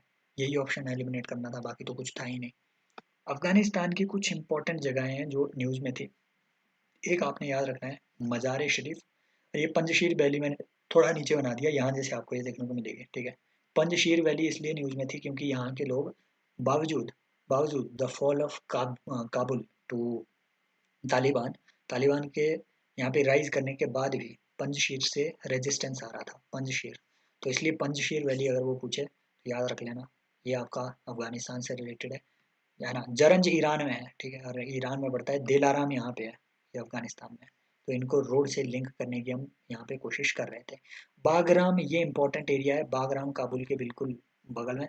ये इसलिए क्योंकि यहाँ पे बागराम एयरफील्ड, ये वो एयरफील्ड थी जहाँ से यूएसए भागा, ठीक है, बकायदा। तो यूएसए ने जहाँ से जो फाइनल उड़ान भरी, यहाँ पे वो यूएसए की एयरफील्ड थी, एयर बेस था यूएसए का, ये बहुत इंपॉर्टेंट, तो याद रख लेना। मज़ार शरीफ यहाँ पे इंडिया का कॉन्सुलेट था जिसमें अटैक हो गया था, तो इसलिए भी इम्पोर्टेंट है, न्यूज़ में था, राइट। सो और एक आपने कुंदुज याद रख लेना है, ये भी न्यूज़ में था, कुंदुज, मज़ार शरीफ, पंजशीर, बागराम, ये कुछ चीज़ें, दिलाराम, ये कुछ चीज़ें हैं, याद रख लेना। और अफगानिस्तान में जो है इंडिया ने इनकी पार्लियामेंट को बिल्ड किया है, और इंडिया ने दो यहाँ पे डैम बनाए हैं, सलमा डैम और शहतूत डैम, दोनों को याद रख लेना है, वो इंडिया ने यहाँ पे बना के दिया है। साथ ही साथ आपने यहाँ तजिकिस्तान में इंडिया का एक फारखोर नाम का एयरबेस भी है। अगर वो आपको बोले कि यहाँ पे यूरेशिया या फिर ये क्या कहते हैं, ये तो अपना सेंट्रल एशिया का एरिया हो गया, सेंट्रल एशिया में इंडिया का कोई एयर फील्ड है, यस, इंडिया का एयर बेस है बकायदा तजिकिस्तान में, याद रख लेना। और बहुत इंपॉर्टेंट चीज़, ठीक है, बहुत इंपॉर्टेंट चीज़, ये है आपका वखान कॉरिडोर। वखान कॉरिडोर, वखान कॉरिडोर अगर कोई बोले तो ये मतलब यहाँ तजाकिस्तान और ये पाकिस्तान गलत है यहाँ पे दिया हुआ, ठीक है, ये मतलब इंडिया भी इसी को यहाँ पे कनेक्ट करते हुए देखने को मिलेगा, यहीं से इंडिया कनेक्ट कर रहा है इसको, समझ गए, वखान कॉरिडोर से इंडिया चाइना को कनेक्ट करता हुआ, ठीक है, बकायदा ये जो छोटा सा कॉरिडोर है यहाँ, जो अफगानिस्तान को चाइना से कनेक्ट कर दे रहा है, इंडिया से कनेक्ट कर दे रहा है, ये छोटा सा कॉरिडोर, इसे हम कह रहे हैं वखान कॉरिडोर, समझ गए। तो ये बात भी आपने याद रख लेनी है, वखान कॉरिडोर इंपॉर्टेंट है। डन। और ओके, सो अभी आते हैं, राइट, अभी अपने पैसिफिक ओशन में आते हैं। पैसिफिक ओशन में इंपॉर्टेंट है यहाँ की कुछ कुछ एरियाज, ठीक है, जैसे वनोतु, चलो ये तो कुछ ऐसी कंट्रीज हैं जो साउथ पैसिफिक की, हर चीज़ को आपने रटना नहीं है। यहाँ पे आपको वो टोंगा वोल्केनो देखने को मिलेगा, यहाँ आपको सेमोआ नाम की एक आइलैंड कंट्री आपको देखने को मिलेगी, ठीक है।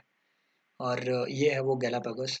इम्पॉर्टेंट एक और बात है, अगर वो आपको बोले कि क्या आपको पोलर बियर सिर्फ नॉर्थ पोल में देखने को मिलेंगे, यस। पर अगर वो आपको बोले कि क्या पेंगुइन आपको सिर्फ साउथ पोल में देखने को मिलेंगे, तो नो बोल देना। Penguins are normally found in south south south pole only, ठीक है, अंटार्कटिका में ही मिल रहे हैं, आर्कटिक में नहीं मिलते हैं पेंगुइन, अंटार्कटिका में ही मिल रहे हैं। लेकिन एक और जगह है, वो है इधर गैलापागोस, यहाँ पे आपको गैलापागोस पेंगुइन देखने को मिलेगा गुरु, ठीक है। आप सोच रहे होंगे यार पेंगुइन यहाँ इक्वेटर के करीब कैसे सरवाइव करेगा, भाई करता है यहाँ पे, ठीक है। आपको दुनिया के सबसे ऊंचे ऊंचे, ठीक है, माउंटेन जो आपके फॉर एग्जांपल, हाँ, ये जो हवाई है ना, हवाईयन जो माउंटेन्स हैं, ये हमेशा स्नो से ढके होते हैं, इसकी हाइयर पीक्स ये इतने ऊंचे हैं, ठीक है। तो मोना किया हो गया, मोना लोआ हो गया, यहाँ पे आपको ऐसे ऊंचे ऊंचे माउंटेन्स भी देखने को मिलेंगे, वॉल्केनिक माउंटेन्स है लेकिन काफ़ी ऊंचे हैं, हाइट्स इनकी काफ़ी ज़्यादा है। ऐसे ही गैलापागोस का ये जो आइलैंड है, यहाँ भी आपको देखने को मिलेगा गैलापागोस पेंगुइन, ठीक है, वो आपके क्रिटिकली एंडेंजर्ड कैटेगरी में आता है, आई थिंक, एक बार जाके कंफर्म कर लेना।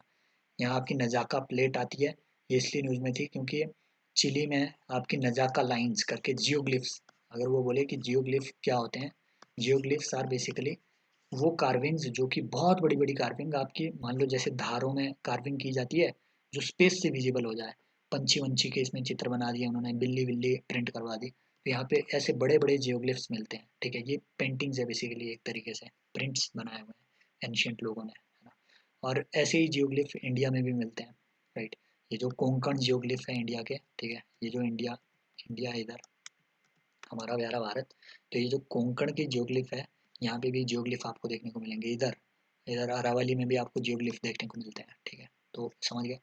तो यहाँ अभी के लिए पैसिफिक आइलैंड में इधर देखो पहले, न्यू कैलेडोनिया, अगर कैटेलोनिया कहाँ था, स्पेन की, कैटेलोनिया इज स्पेन, ठीक है, वो स्पेन में है, एक टेरिटरी जो कि इंडिपेंडेंस डिमांड कर रही है उनसे। ये कैलेडोनिया किसका है, ये फ्रेंच टेरिटरी है, और कैलेडोनिया से डील करने के लिए फ्रांस ने एक है ना, ये याद रख लेना, नौ मियाँ एकॉर्ड, अगर वो बोले नौ मियाँ एकॉर्ड तो ये किस चीज़ से रिलेटेड है, कैलेडोनिया से रिलेटेड।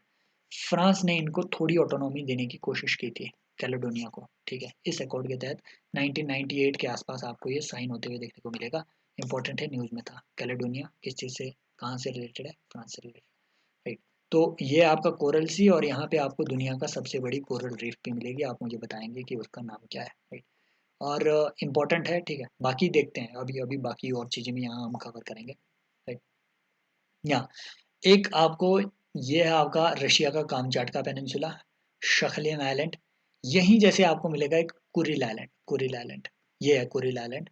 ये कुरिल आइलैंड डिस्प्यूट है between China and China and Russia, right. और रशिया का ये जो एरिया है इसे हम कहते हैं ईस्टर्न इकोनॉमिक फोरम, यहाँ पे, राइट। एक ईस्टर्न इकोनॉमिक फोरम भी अपन कवर कर लेते हैं। तो रशिया का ये वाला जो एरिया है, फार ईस्ट का एरिया, इसी को डेवलप करने के लिए रशिया ने, ठीक है, रशिया ने एक ईस्टर्न इकोनॉमिक फोरम, ये व्लादिवोस्तोक, यहाँ पे रशिया की एक सिटी है व्लादिवोस्तोक, वहाँ पे ईस्टर्न इकोनॉमिक फोरम रशिया ने ऑर्गेनाइज करता है, एनुअल ये एक इवेंट रहता है। और 2018 में इंडिया के प्राइम मिनिस्टर ने व्लादिवोस्तोक में जाके यहाँ $1 बिलियन लाइन ऑफ क्रेडिट भी इशू किया था, राइट। सो इसलिए ये इंपॉर्टेंट है, याद रख लेना, राइट। थोड़ा नीचे आते हैं, राइट, थोड़ा नीचे आते हैं।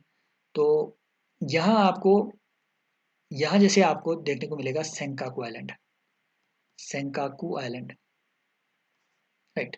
और यहाँ जैसे आपको मिलेगा ओकिनावा आइलैंड, ओकिनावा आइलैंड। ये दोनों जो है जापान और चाइना के बीच जो है कॉन्फ्लिक्टेड एरियाज हैं। अगर वो बोले साउथ चाइना सी में है, no, they are East China sea में पाए जा रहे हैं, समझ गए। ये दोनों आइलैंड्स इनके बीच है, डिस्प्यूटेड एरियाज, ठीक है। तो यहाँ आपने ऑलरेडी पढ़ा हुआ है, राइट। यहाँ आपके ऊपर पारासेल आइलैंड आ गए, नीचे आपके स्पाटले आ गए। ये चाइना के आर्टिफिशियल आइलैंड है। यहाँ से हम ILO का इम्पोर्टेंट एक, सॉरी, UN क्लॉज का इम्पोर्टेंट एक चीज कवर करेंगे, स्पाटले आइलैंड, ठीक है। पारासेल आइलैंड, स्पाटले आइलैंड, ठीक है। ये चाइना और इन सब कंट्रीज के बीच डिस्प्यूटेड एरिया है। ये अपना फिर से मिट गया यार, इंडिया है, ठीक है,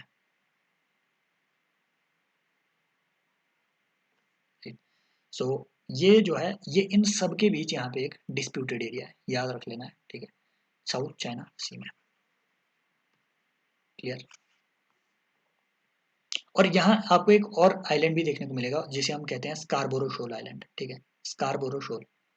मेनली जो आपका स्पाटले आइलैंड है और जो पैरासेल आइलैंड है, उसमें फिलीपींस और उसमें आपके ताइवान, चाइना और वियतनाम, ये आपके डिस्प्यूटेड कंट्रीज है।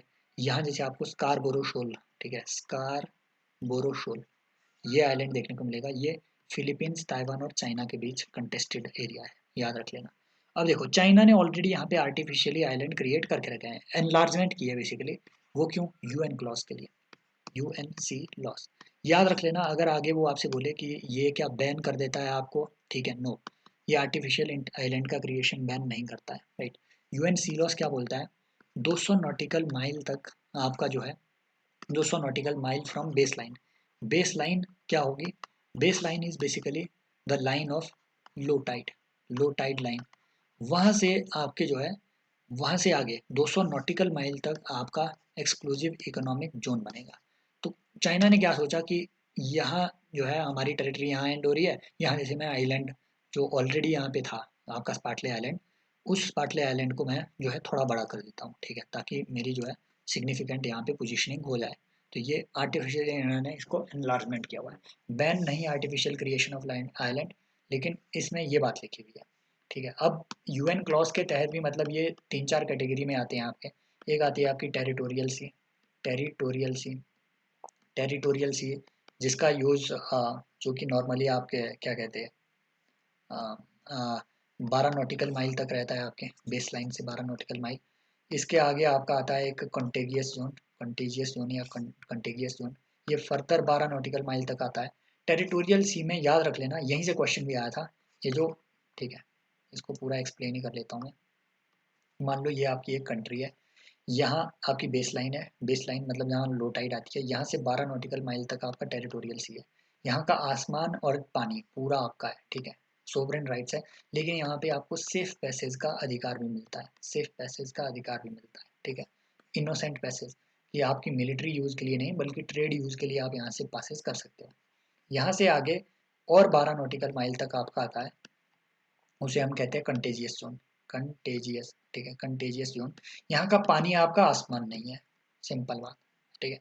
इससे आगे बढ़ो आप, मतलब टोटल टोटल 200 नॉटिकल माइल तक, ये पूरा बन गया आपका एक्सक्लूसिव इकोनॉमिक जोन। इसका सी बेड आपका, पानी पे भी आपका पूरा कंट्रोल नहीं है, यहाँ पे आज़ादी से आ जा सकती है कोई भी इंटरनेशनल शिप्स, तो ये बात आपने याद रखनी है। इसके आगे आपका आता है हाई सी, और इसी हाई सी को प्रोटेक्ट करने के लिए यूएन क्लॉज के under recently treaty on treaty on high sea I, high seas, ये याद रख लेना है।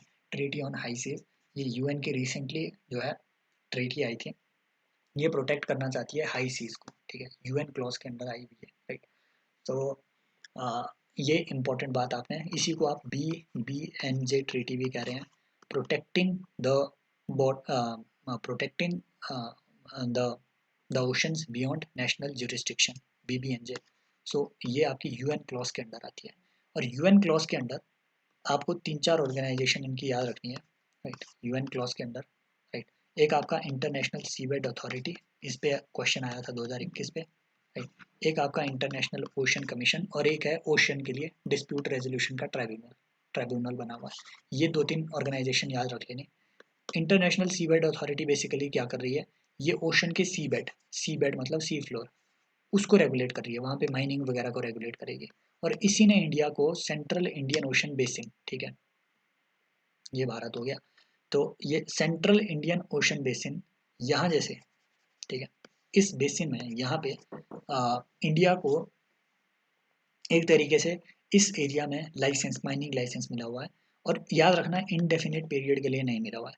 ये पहले भी मिला था, 1987 के आसपास भी मिला था, 15 साल के लिए मिला था, 7/11 7/5 यस, 2002 के आसपास इसे रिन्यू किया गया, और 2016-17 के आसपास फिर से 15 साल के लिए एक्सटेंड हुआ, 15 या 20 साल के लिए मिला हुआ है, एग्जैक्टली आपको हर चीज़ रटने की जरूरत नहीं है। तो याद रखना इंडेफिनिटली नहीं मिला हुआ है, डेफिनेट टाइम पीरियड के लिए मिला हुआ है।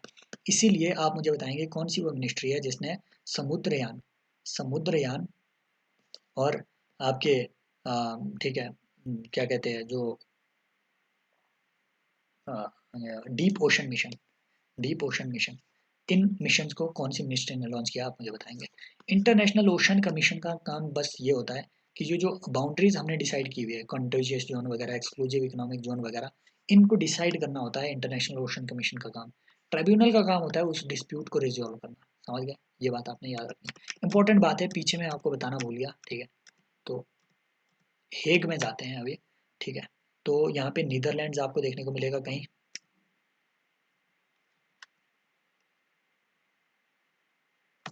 ठीक है। तो नीदरलैंड्स में आपको यहाँ हेग नाम की सिटी देखने को मिलेगी। यहाँ पे दो इंपॉर्टेंट ऑर्गेनाइजेशंस आपने याद रखनी है, एक इंटरनेशनल कोर्ट ऑफ जस्टिस, एक परमानेंट कोर्ट ऑफ आर्बिट्रेशन, और एक आपने याद रखना है इंटरनेशनल क्रिमिनल कोर्ट। ये 3 चीज़ें आपने याद रखनी, तीनों का हेडक्वार्टर हेग में है। इंटरनेशनल कोर्ट ऑफ जस्टिस मुझे एक्सप्लेन करने की जरूरत नहीं है, ये यूएन का ऑर्गन है, याद रख लेना है। सिर्फ और सिर्फ गवर्नमेंट इसके पार्टीज होंगे, यहाँ पे जो भी डिस्प्यूट रिजॉल्व होंगे इंटरनेशनल कोर्ट ऑफ जस्टिस में, कोई इंडिविजुअल नहीं जा सकता, प्राइवेट कॉर्पोरेशन नहीं जा सकता, गवर्नमेंट पार्टीज है ओनली, समझ गए। अब ये जो परमानेंट कोर्ट ऑफ आर्बिट्रेशन है, ये 1898 के आसपास बनी थी, है ना, उस वक्त बना था परमानेंट कोर्ट ऑफ आर्बिट्रेशन। ये एक आर्बिट्रल अवार्ड देता है। आर्बिट्रेशन क्या होता है, फॉर एग्जांपल इंडिया में लोक अदालत है, आपने पढ़ा होगा अपनी लक्ष्मीकांत में, लोक अदालत के जो भी अवार्ड होंगे उनको कहीं चैलेंज नहीं किया जा सकता, क्योंकि वहाँ आर्बिट्रेशन होता है। आर्बिट्रेशन माने there is one arbitrator, two parties, they are agreeing to some solution in front of this arbitrator, है ना। इट मीन्स ये यहाँ पे एग्री हो रहे हैं और डिस्प्यूट ये क्लोज करे दे रहे हैं, इट मीन्स इसके अगेंस्ट कोई भी आप दूसरा जो है कोई इस अवार्ड को कहीं चैलेंज नहीं कर सकते। तो ऐसा ही आपका परमानेंट कोर्ट ऑफ आर्बिट्रेशन, ये 1898 के आसपास आपके जो है इस्टेब्लिश हुआ था, और इसमें कंट्री, है ना, इसमें कोई भी जा सकता है, कंट्री भी जा सकता है, प्राइवेट मेंबर भी जा सकता है, कॉर्पोरेशन भी जा सकती है, कोई भी जा सकता है। अब आता है इंटरनेशनल क्रिमिनल कोर्ट, याद रख लेना है, ये बहुत बहुत जल्दी, मतलब अभी बहुत लेटेस्ट है आपके, एक रोम स्टैच्यूट साइन हुआ था 1998 के आसपास, ये 1898 1998 के आसपास, 2002 के आसपास आपका ये रोम स्टैच्यूट काम में आया। याद रखना है इंडिया इसका मेंबर नहीं है, ये किस चीज़ से रिलेट करता है? वॉर क्राइम से रिलेटेड, ठीक है, कि अगर कहीं पे वॉर क्राइम होते हैं, जेनोसाइड वगैरह होता है, तो उसको पनिश किया जाए। और ये इंडिविजुअल से डील कर रहा है, इंडिविजुअल। यहाँ कोई सरकार पार्टी नहीं है, यहाँ इंडिविजुअल्स को ये पनिश करते हैं नॉर्मली। इसलिए आईसीसी ने रिसेंटली रिसेंटली आईसीसी ने जो है एक अपनी क्या कहते हैं, एक एक वारंट निकाला था पुतिन जी के खिलाफ। जी बोलना पड़ेगा उसे, अब का क्या पता कहीं मतलब बम फोड़ दे बगल में। ठीक है, तो आईसीसी ने जो है पुतिन के खिलाफ अरेस्ट वारंट निकाला था, इसलिए ये न्यूज़ में है, याद रख लेना। इंडिया इसका मेंबर नहीं है, रशिया भी नहीं है, इवन यूएसए भी नहीं है, ठीक है, इनमें से कोई भी नहीं है। तो ये बातें आपने याद रख लेनी है, राइट। एक और ऑर्गेनाइजेशन आपने याद रखनी है जो कि ऑलरेडी यूपीएससी ने सीडीएस में पूछ लिया इससे, और यूपीएससी ने जियो साइंटिस्ट में इससे क्वेश्चन पूछ लिया। और यूपीएससी ने रिसेंटली जो सॉरी वो जो एक साइंटिस्ट का एग्ज़ाम आता है, एक और एक एग्ज़ाम है, मैं उसका नाम भूल गया एग्ज़ाम का नाम, उसमें भी उस ऑर्गेनाइजेशन का इन्होंने नाम पूछा है। There is something known as multilateral export control regimes, है ना। तो जो आपके इस रिजीम में आपके मल्टीलेटरल कंट्रोल रिजीम के अलग अलग कंपोनेंट है। उसमें एक आता है आपका न्यूक्लियर सप्लायर ग्रुप, एक आता है आपका इसमें क्या कहते हैं, MTCR missile technology control regime, एक आता है इसमें ऑस्ट्रेलिया ग्रुप, और ग्रुप बहुत इंपॉर्टेंट एक आता है आपका इसमें वासेनार, वासेनार अरेंजमेंट, कई लोग इसको एग्रीमेंट बोल देते हैं, है ये अरेंजमेंट, ठीक है। वासेनार अरेंजमेंट गुरु याद रख लेना, ये इसलिए इंपॉर्टेंट है क्योंकि वासेनार अरेंजमेंट का रिसेंटली इंडिया चेयर बना है वासेनार अरेंजमेंट का, इसलिए इंपॉर्टेंट है। और वासेनार अरेंजमेंट किस चीज़ से डील कर रहा है? Dual use technology. देखो, न्यूक्लियर सप्लायर ग्रुप का इंडिया मेंबर नहीं है, स्पेशली न्यूक्लियर सप्लायर ग्रुप का इंटरेस्टिंग कहानी है 1974 के आसपास। ये इंडिया ने जब अपना स्माइलिंग बुद्धा जो हमने लॉन्च की थी उस टाइम, जो न्यूक्लियर बॉम्ब फोड़ा था, तो उसी के रिएक्शन के तौर पे एनएसजी बनाया था, to control the supply of nuclear, ठीक है, न्यूक्लियर फ्यूल इंटरनेशनली। तो उसी वक्त एनएसजी बनाया था और इंडिया इसका मेंबर नहीं है, राइट। याद रखना, वो आपको बोलेगा कि एनएसजी का मेंबर बनने के लिए एनपीटी का मेंबर होना जरूरी है क्या? नो। ऑल्दो करंटली जितने भी एनएसजी के मेंबर है वो सारे एनपीटी के ही सिग्नेटरी है, but it is not mandatory, ठीक है। India is already bidding for NSG की मेंबरशिप, न्यूक्लियर सप्लाई ग्रुप की मेंबरशिप, लेकिन चाइना बीच में आ रहा है, इसका मेंबर नहीं है, इन तीनों का है। अब ये तो बात कर रहा है आपके न्यूक्लियर वेपन से रिलेटेड, ये वासेनार अरेंजमेंट आपकी बात करता है डुअल यूज टेक्नोलॉजी से रिलेटेड। यही आपका सीडीएस का क्वेश्चन था, डुअल यूज टेक्नोलॉजी क्या होती है, जो मिलिट्री में भी यूज होगी और आपके सिविलियन ऑपरेशन में भी। एमटीसीआर आपके मिसाइल, है ना, मिसाइल टेक्नोलॉजी के एक्सपोर्ट पे आपको चेक लगाता है। जो इस एमटीसीआर के मेंबर है उन पे एक चेक लगाया गया है कि आप 300, है ना, 300 किलोमीटर से लंबी रेंज की मिसाइल्स को एक्सपोर्ट नहीं कर सकते। तभी इंडिया और रशिया, जब एमटीसीआर का मेंबर इंडिया नहीं था, 2017 में बना हुआ है एमटीसीआर का member India, right. So Australia group का भी रिसेंटली बनाया, वासेनार का भी रिसेंटली बनाया, इसलिए ये सारे इंपॉर्टेंट है। तो जब तक इंडिया मेंबर नहीं था, तो जो हमारी ब्रह्मोस मिसाइल थी उसकी रेंज रखी गई 299, है ना, 290 किलोमीटर, इतनी कम रेंज रखी गई। क्लियर, ये एमटीसीआर। एजी ऑस्ट्रेलिया ग्रुप आपकी बात कर रहा है जो आपके कन्वेंशनल वेपन होते हैं, कन्वेंशनल वेपन, और स्पेशली जो आपके कन्वेंशनल और वो भी केमिकल वेपन, प्लस साथ में अलग अलग से ऑलरेडी केमिकल वेपन के लिए there is a chemical weapon convention also, but mainly ये इन दोनों टेक्नोलॉजी से डील कर रहा होता है ऑस्ट्रेलिया ग्रुप, राइट। ये कन्वेंशनल वेपन्स के एक्सेसिव यूज से डील कर रहा है आपका। Clear, done. सो ये बातें आपने इनके बारे में याद रखनी है, राइट। बाकी चीज़ें आई डोंट थिंक कि कुछ सिग्निफिकेंट छूटा हुआ है यहाँ पे, राइट। बाकी चीज़ें वी हैव ऑलरेडी कवर्ड। ये ये इस बात का खेद है कि हमारा प्यारा भारत, ठीक है, यही लेते हैं इधर, ठीक है, हमारा प्यारा भारत। तो यहाँ हमने ये सारी चीज़ें देख ली, ताइवान वगैरह, ताइपी वगैरह, ये इंपॉर्टेंट है एरिया, क्योंकि नैन्सी पेलोसी रिसेंटली इसमें विजिट की थी आपकी फिलीपींस वगैरह, हमने सारी चीज़ें देख ली यहाँ पे, राइट। और इम्पॉर्टेंट अब आते हैं यहाँ पे बिम्स्टेक का। बिम्स्टेक इसलिए इम्पॉर्टेंट है क्योंकि रिसेंटली कोलंबो में बिम्स्टेक ने अपना एक एक सेंटर इस्टेब्लिश किया हुआ है, राइट। सेंटर इस्टेब्लिश किया, टेक्नोलॉजी ट्रांसफर सेंटर, ठीक है, कहाँ? कोलंबो में। इसलिए बिम्स्टेक इंपॉर्टेंट है। मेंबर कौन है? इंडिया मेंबर है, नेपाल मेंबर है, भूटान मेंबर है, ठीक है, और बांग्लादेश आपका मेंबर है, बर्मा, ये मतलब म्यांमार आपका इसका मेंबर है, और आपका थाईलैंड भी इसका मेंबर है और श्रीलंका इसका मेंबर है। सो ये इसके मेंबर कंट्रीज है, याद रख लेना। इसके मेंबर में आपके ये यहाँ पे क्या कहते हैं मालदीव्स नहीं आता है, और इसके मेंबर में आपके पाकिस्तान भी नहीं आता है, ठीक है ना, अफगानिस्तान आता है। सो ये बातें आपने याद रखनी है। क्यों ये इंपॉर्टेंट है? क्योंकि ये हमें सार्क के अपोजिट एक अच्छा एक, ठीक है, एक ऑप्शन हमें प्रोवाइड करता है बिम्स्टेक, ठीक है। और बिम्स्टेक जो है 1997 में बैंकॉक डिक्लेरेशन के थ्रू ये इस्टेब्लिश हुआ था, राइट। और ये बातें आपने याद रखनी है, क्लियर, डन। और एक और बात, एक BBIN कॉरिडोर जो हमने ऑलरेडी पढ़ा हुआ है कि हाँ, इंडिया, नेपाल, भूटान और बांग्लादेश के बीच हम एक कॉरिडोर बनाने जा रही है, BBIN मोटर व्हीकल एग्रीमेंट भी हमने साइन किया हुआ है। एक और बात आपने यहाँ पे याद रखनी है, कुछ एक पोर्ट्स आपने याद रखने हैं, राइट। सो नंबर 1 इज यहाँ से, ठीक है, जो हमारे हल्दिया से, कोलकाता के हल्दिया पोर्ट से लेकर के म्यांमार के सितुए पोर्ट तक, म्यांमार में हम एक सितुए पोर्ट बना रहे हैं, यहाँ तक जो है हम एक, ठीक है, एक एक ओशनिक लिंक क्रिएट कर रहे हैं। और फिर सितुए पोर्ट से लेके पलेटुआ तक, ठीक है, पलेटुआ तक हम एक, ठीक है, आपकी जो यहाँ पे म्यांमार में जो एक वाटर रूट है, राइट, उसके थ्रू हम जाएंगे पलेटुआ से लेके मिजोरम में, हम इसे कनेक्ट करेंगे आइजॉल के साथ। इसी को हम कह रहे हैं, इसी को हम कह रहे हैं कलादान मल्टी मॉडल प्रोजेक्ट, ठीक है, Kaladan MMR multi modal project, ये बात याद रखनी है। अब यहाँ पे आते हैं जरा, आपने कुछ रिवर्स पढ़ी होगी, यहाँ आपकी इर्रावडी, साल्वेन, चाओ फ्राया, ठीक है, सॉरी चाओ फ्राया इधर, और आपकी मैकोंग रिवर, मैकोंग रिवर से ही रिलेटेड है अपनी एक ऑर्गेनाइजेशन, मैकोंग गंगा कोऑपरेशन, ठीक है। तो ये Mekong Ganga cooperation, Ganga India की, तो इसमें इंडिया भी आ रहा है और बाकी वो सब कंट्रीज आ रही है जो मैकोंग रिवर के इसमें पड़ती है, except for China. Mekong river के जो अ, जो इसका रिवर का डेल्टा है, डेल्टा नहीं, जो सॉरी, काफ़ी लंबा लेक्चर हो गया, मैं चीज़ों को भूल भी रहा हूँ, ठीक है। सो मैकोंग रिवर का जो आपके बेसिन है, उस बेसिन में पाई जाने वाली सारी कंट्रीज इसके मेंबर्स हैं, राइट।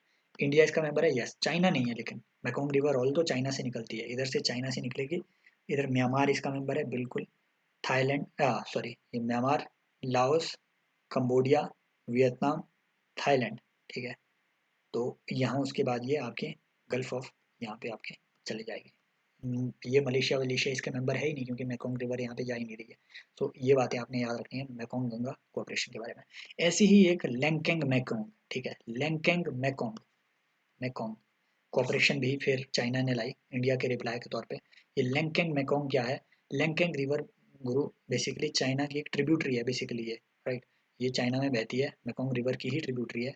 तो जैसे इंडिया ने मैकोंग गंगा लाया, वैसे ही चाइना ने लैंकेंग मैकोंग ला दिया कॉपी करके, ठीक है। तो ये कोऑपरेशन क्या करती है, चाइना को इंक्लूड कर, इंडिया को रिप्लेस करके चाइना को इंक्लूड कर देती है ग्रुप वाइज है, क्लियर, डन। सो ये हो गया अपना। और यहाँ से RCEP इंपॉर्टेंट है। आपको पता है कि आसियान में कौन कौन मेंबर्स हैं, वो भी आपके बैंकॉक डिक्लेरेशन से ही बने थे, 1967 के आसपास आसियान बना था। वो 10 मेंबर्स कौन है वो आपको पता है, ये मुझे बताने की ज़रूरत नहीं है, ये सारे इसके आसियान के मेंबर्स हैं।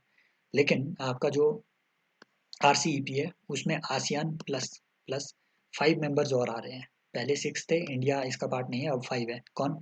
चाइना हो गया, जापान हो गया, साउथ कोरिया हो गया, ठीक है, और आपके ऑस्ट्रेलिया हो गया, और नीचे आपका न्यूजीलैंड हो गया। ये बातें आपने याद रख लेनी है। और इम्पॉर्टेंट बात है, ऑस्ट्रेलिया वाला कहाँ गया अपना, ठीक है, ऑस्ट्रेलिया। तो यहाँ पे आपने एक ऑकस, AUKUS नाम का ग्रुप भी पढ़ा होगा। ये एक सबमरीन डील है basically between USA and UK, ठीक है, एंड ऑस्ट्रेलिया। तो USA और UK सबमरीन प्रोवाइड कर रहे हैं ऑस्ट्रेलिया को। कैसी सबमरीन, कैसी सबमरीन, कैसी submarine, nuclear submarine, not diesel electric, nuclear submarine provide कर रहे हैं। और पहले ये सबमरीन प्रोवाइड करनी थी किसने, फ्रांस ने। अब फ्रांस का डील कैंसिल होगी तो घाटा हो गया, फिर फ्रांस इनसे नाराज हो गया, याद रख लेना, इंपॉर्टेंट है।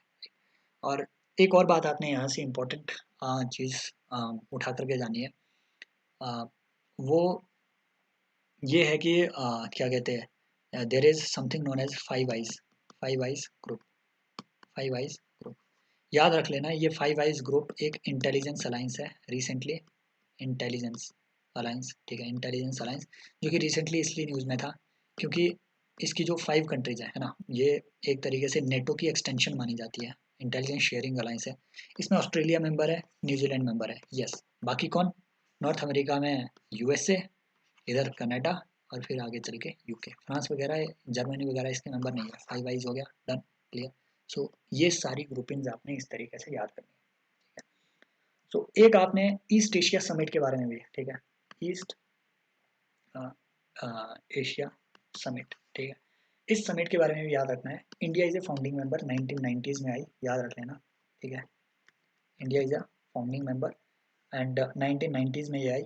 और ईस्ट एशिया समिट में याद इंपॉर्टेंट बात याद रख लेना कि ऑल दो इसके मेंबर्स बहुत सारे हैं, 18-19 है, यूएस से भी है, याद रखना, चाइना भी है, रशिया भी है, सब है। लेकिन इसके जो चेयर होते हैं वो हमेशा आपके आसियान कंट्रीज के मेंबर ही होंगे, right. So I hope I have done justice to this topic, ठीक है, जो आपके आईआर के थे। कुछ एक चीज़ें बच गई गाइस, राइट, जैसे G7 बच गया अपना, राइट। G7 के कुछ इंपॉर्टेंट इनिशिएटिव है, याद रख लेना, right. Number 1, B3W, build back better world. ये G7 का एक इनिशिएटिव है, किस चीज़ से रिलेटेड? ये एक इंफ्रास्ट्रक्चर क्रिएट करना चाहता है दुनिया में, जो कि एक एक रिप्लाई बने अगेंस्ट चाइना की स्ट्रेटजी ऑफ जो इनका ये अपना एक रोड बिल्ड कर रहे हैं बेसिकली, यार जिसके, राइट, मैं नाम कैसे बोल सकता हूँ, काफ़ी लंबा ये लेक्चर हो गया, राइट, मुझे छोड़ो। लेकिन B3W बेसिकली चाइना का belt and road initiative, BRI initiative, काफ़ी लंबा हो गया, आई थिंक, है ना, 2-2.5 घंटे का हो गया, मैंने टाइम नोट ही नहीं किया, यस, 2.5 से ऊपर हो गया होगा। तो BRI जो है, इसके अगेंस्ट ये एक G7 का एक ग्रुपिंग क्रिएट की हुई है, G7 ने, B3W, build back better world. और रिसेंटली इसी को रीनेम करके GPII, ठीक है, ग्लोबल पार्टनरशिप, जी, ठीक है, ऑन इंफ्रास्ट्रक्चर एंड इन्वेस्टमेंट, ठीक है, GIIP है ये, ठीक है, GIIP, global investment and infrastructure partnership. तो इसमें आपके G7 मेंबर्स ही हैं। अराउंड $700 बिलियन जो है ये खर्च करना चाहते हैं दुनिया में इंफ्रास्ट्रक्चर क्रिएट करने के लिए। होता इनसे कुछ नहीं है, बस डिक्लेरेशन कर देते हैं, बता रहे हैं।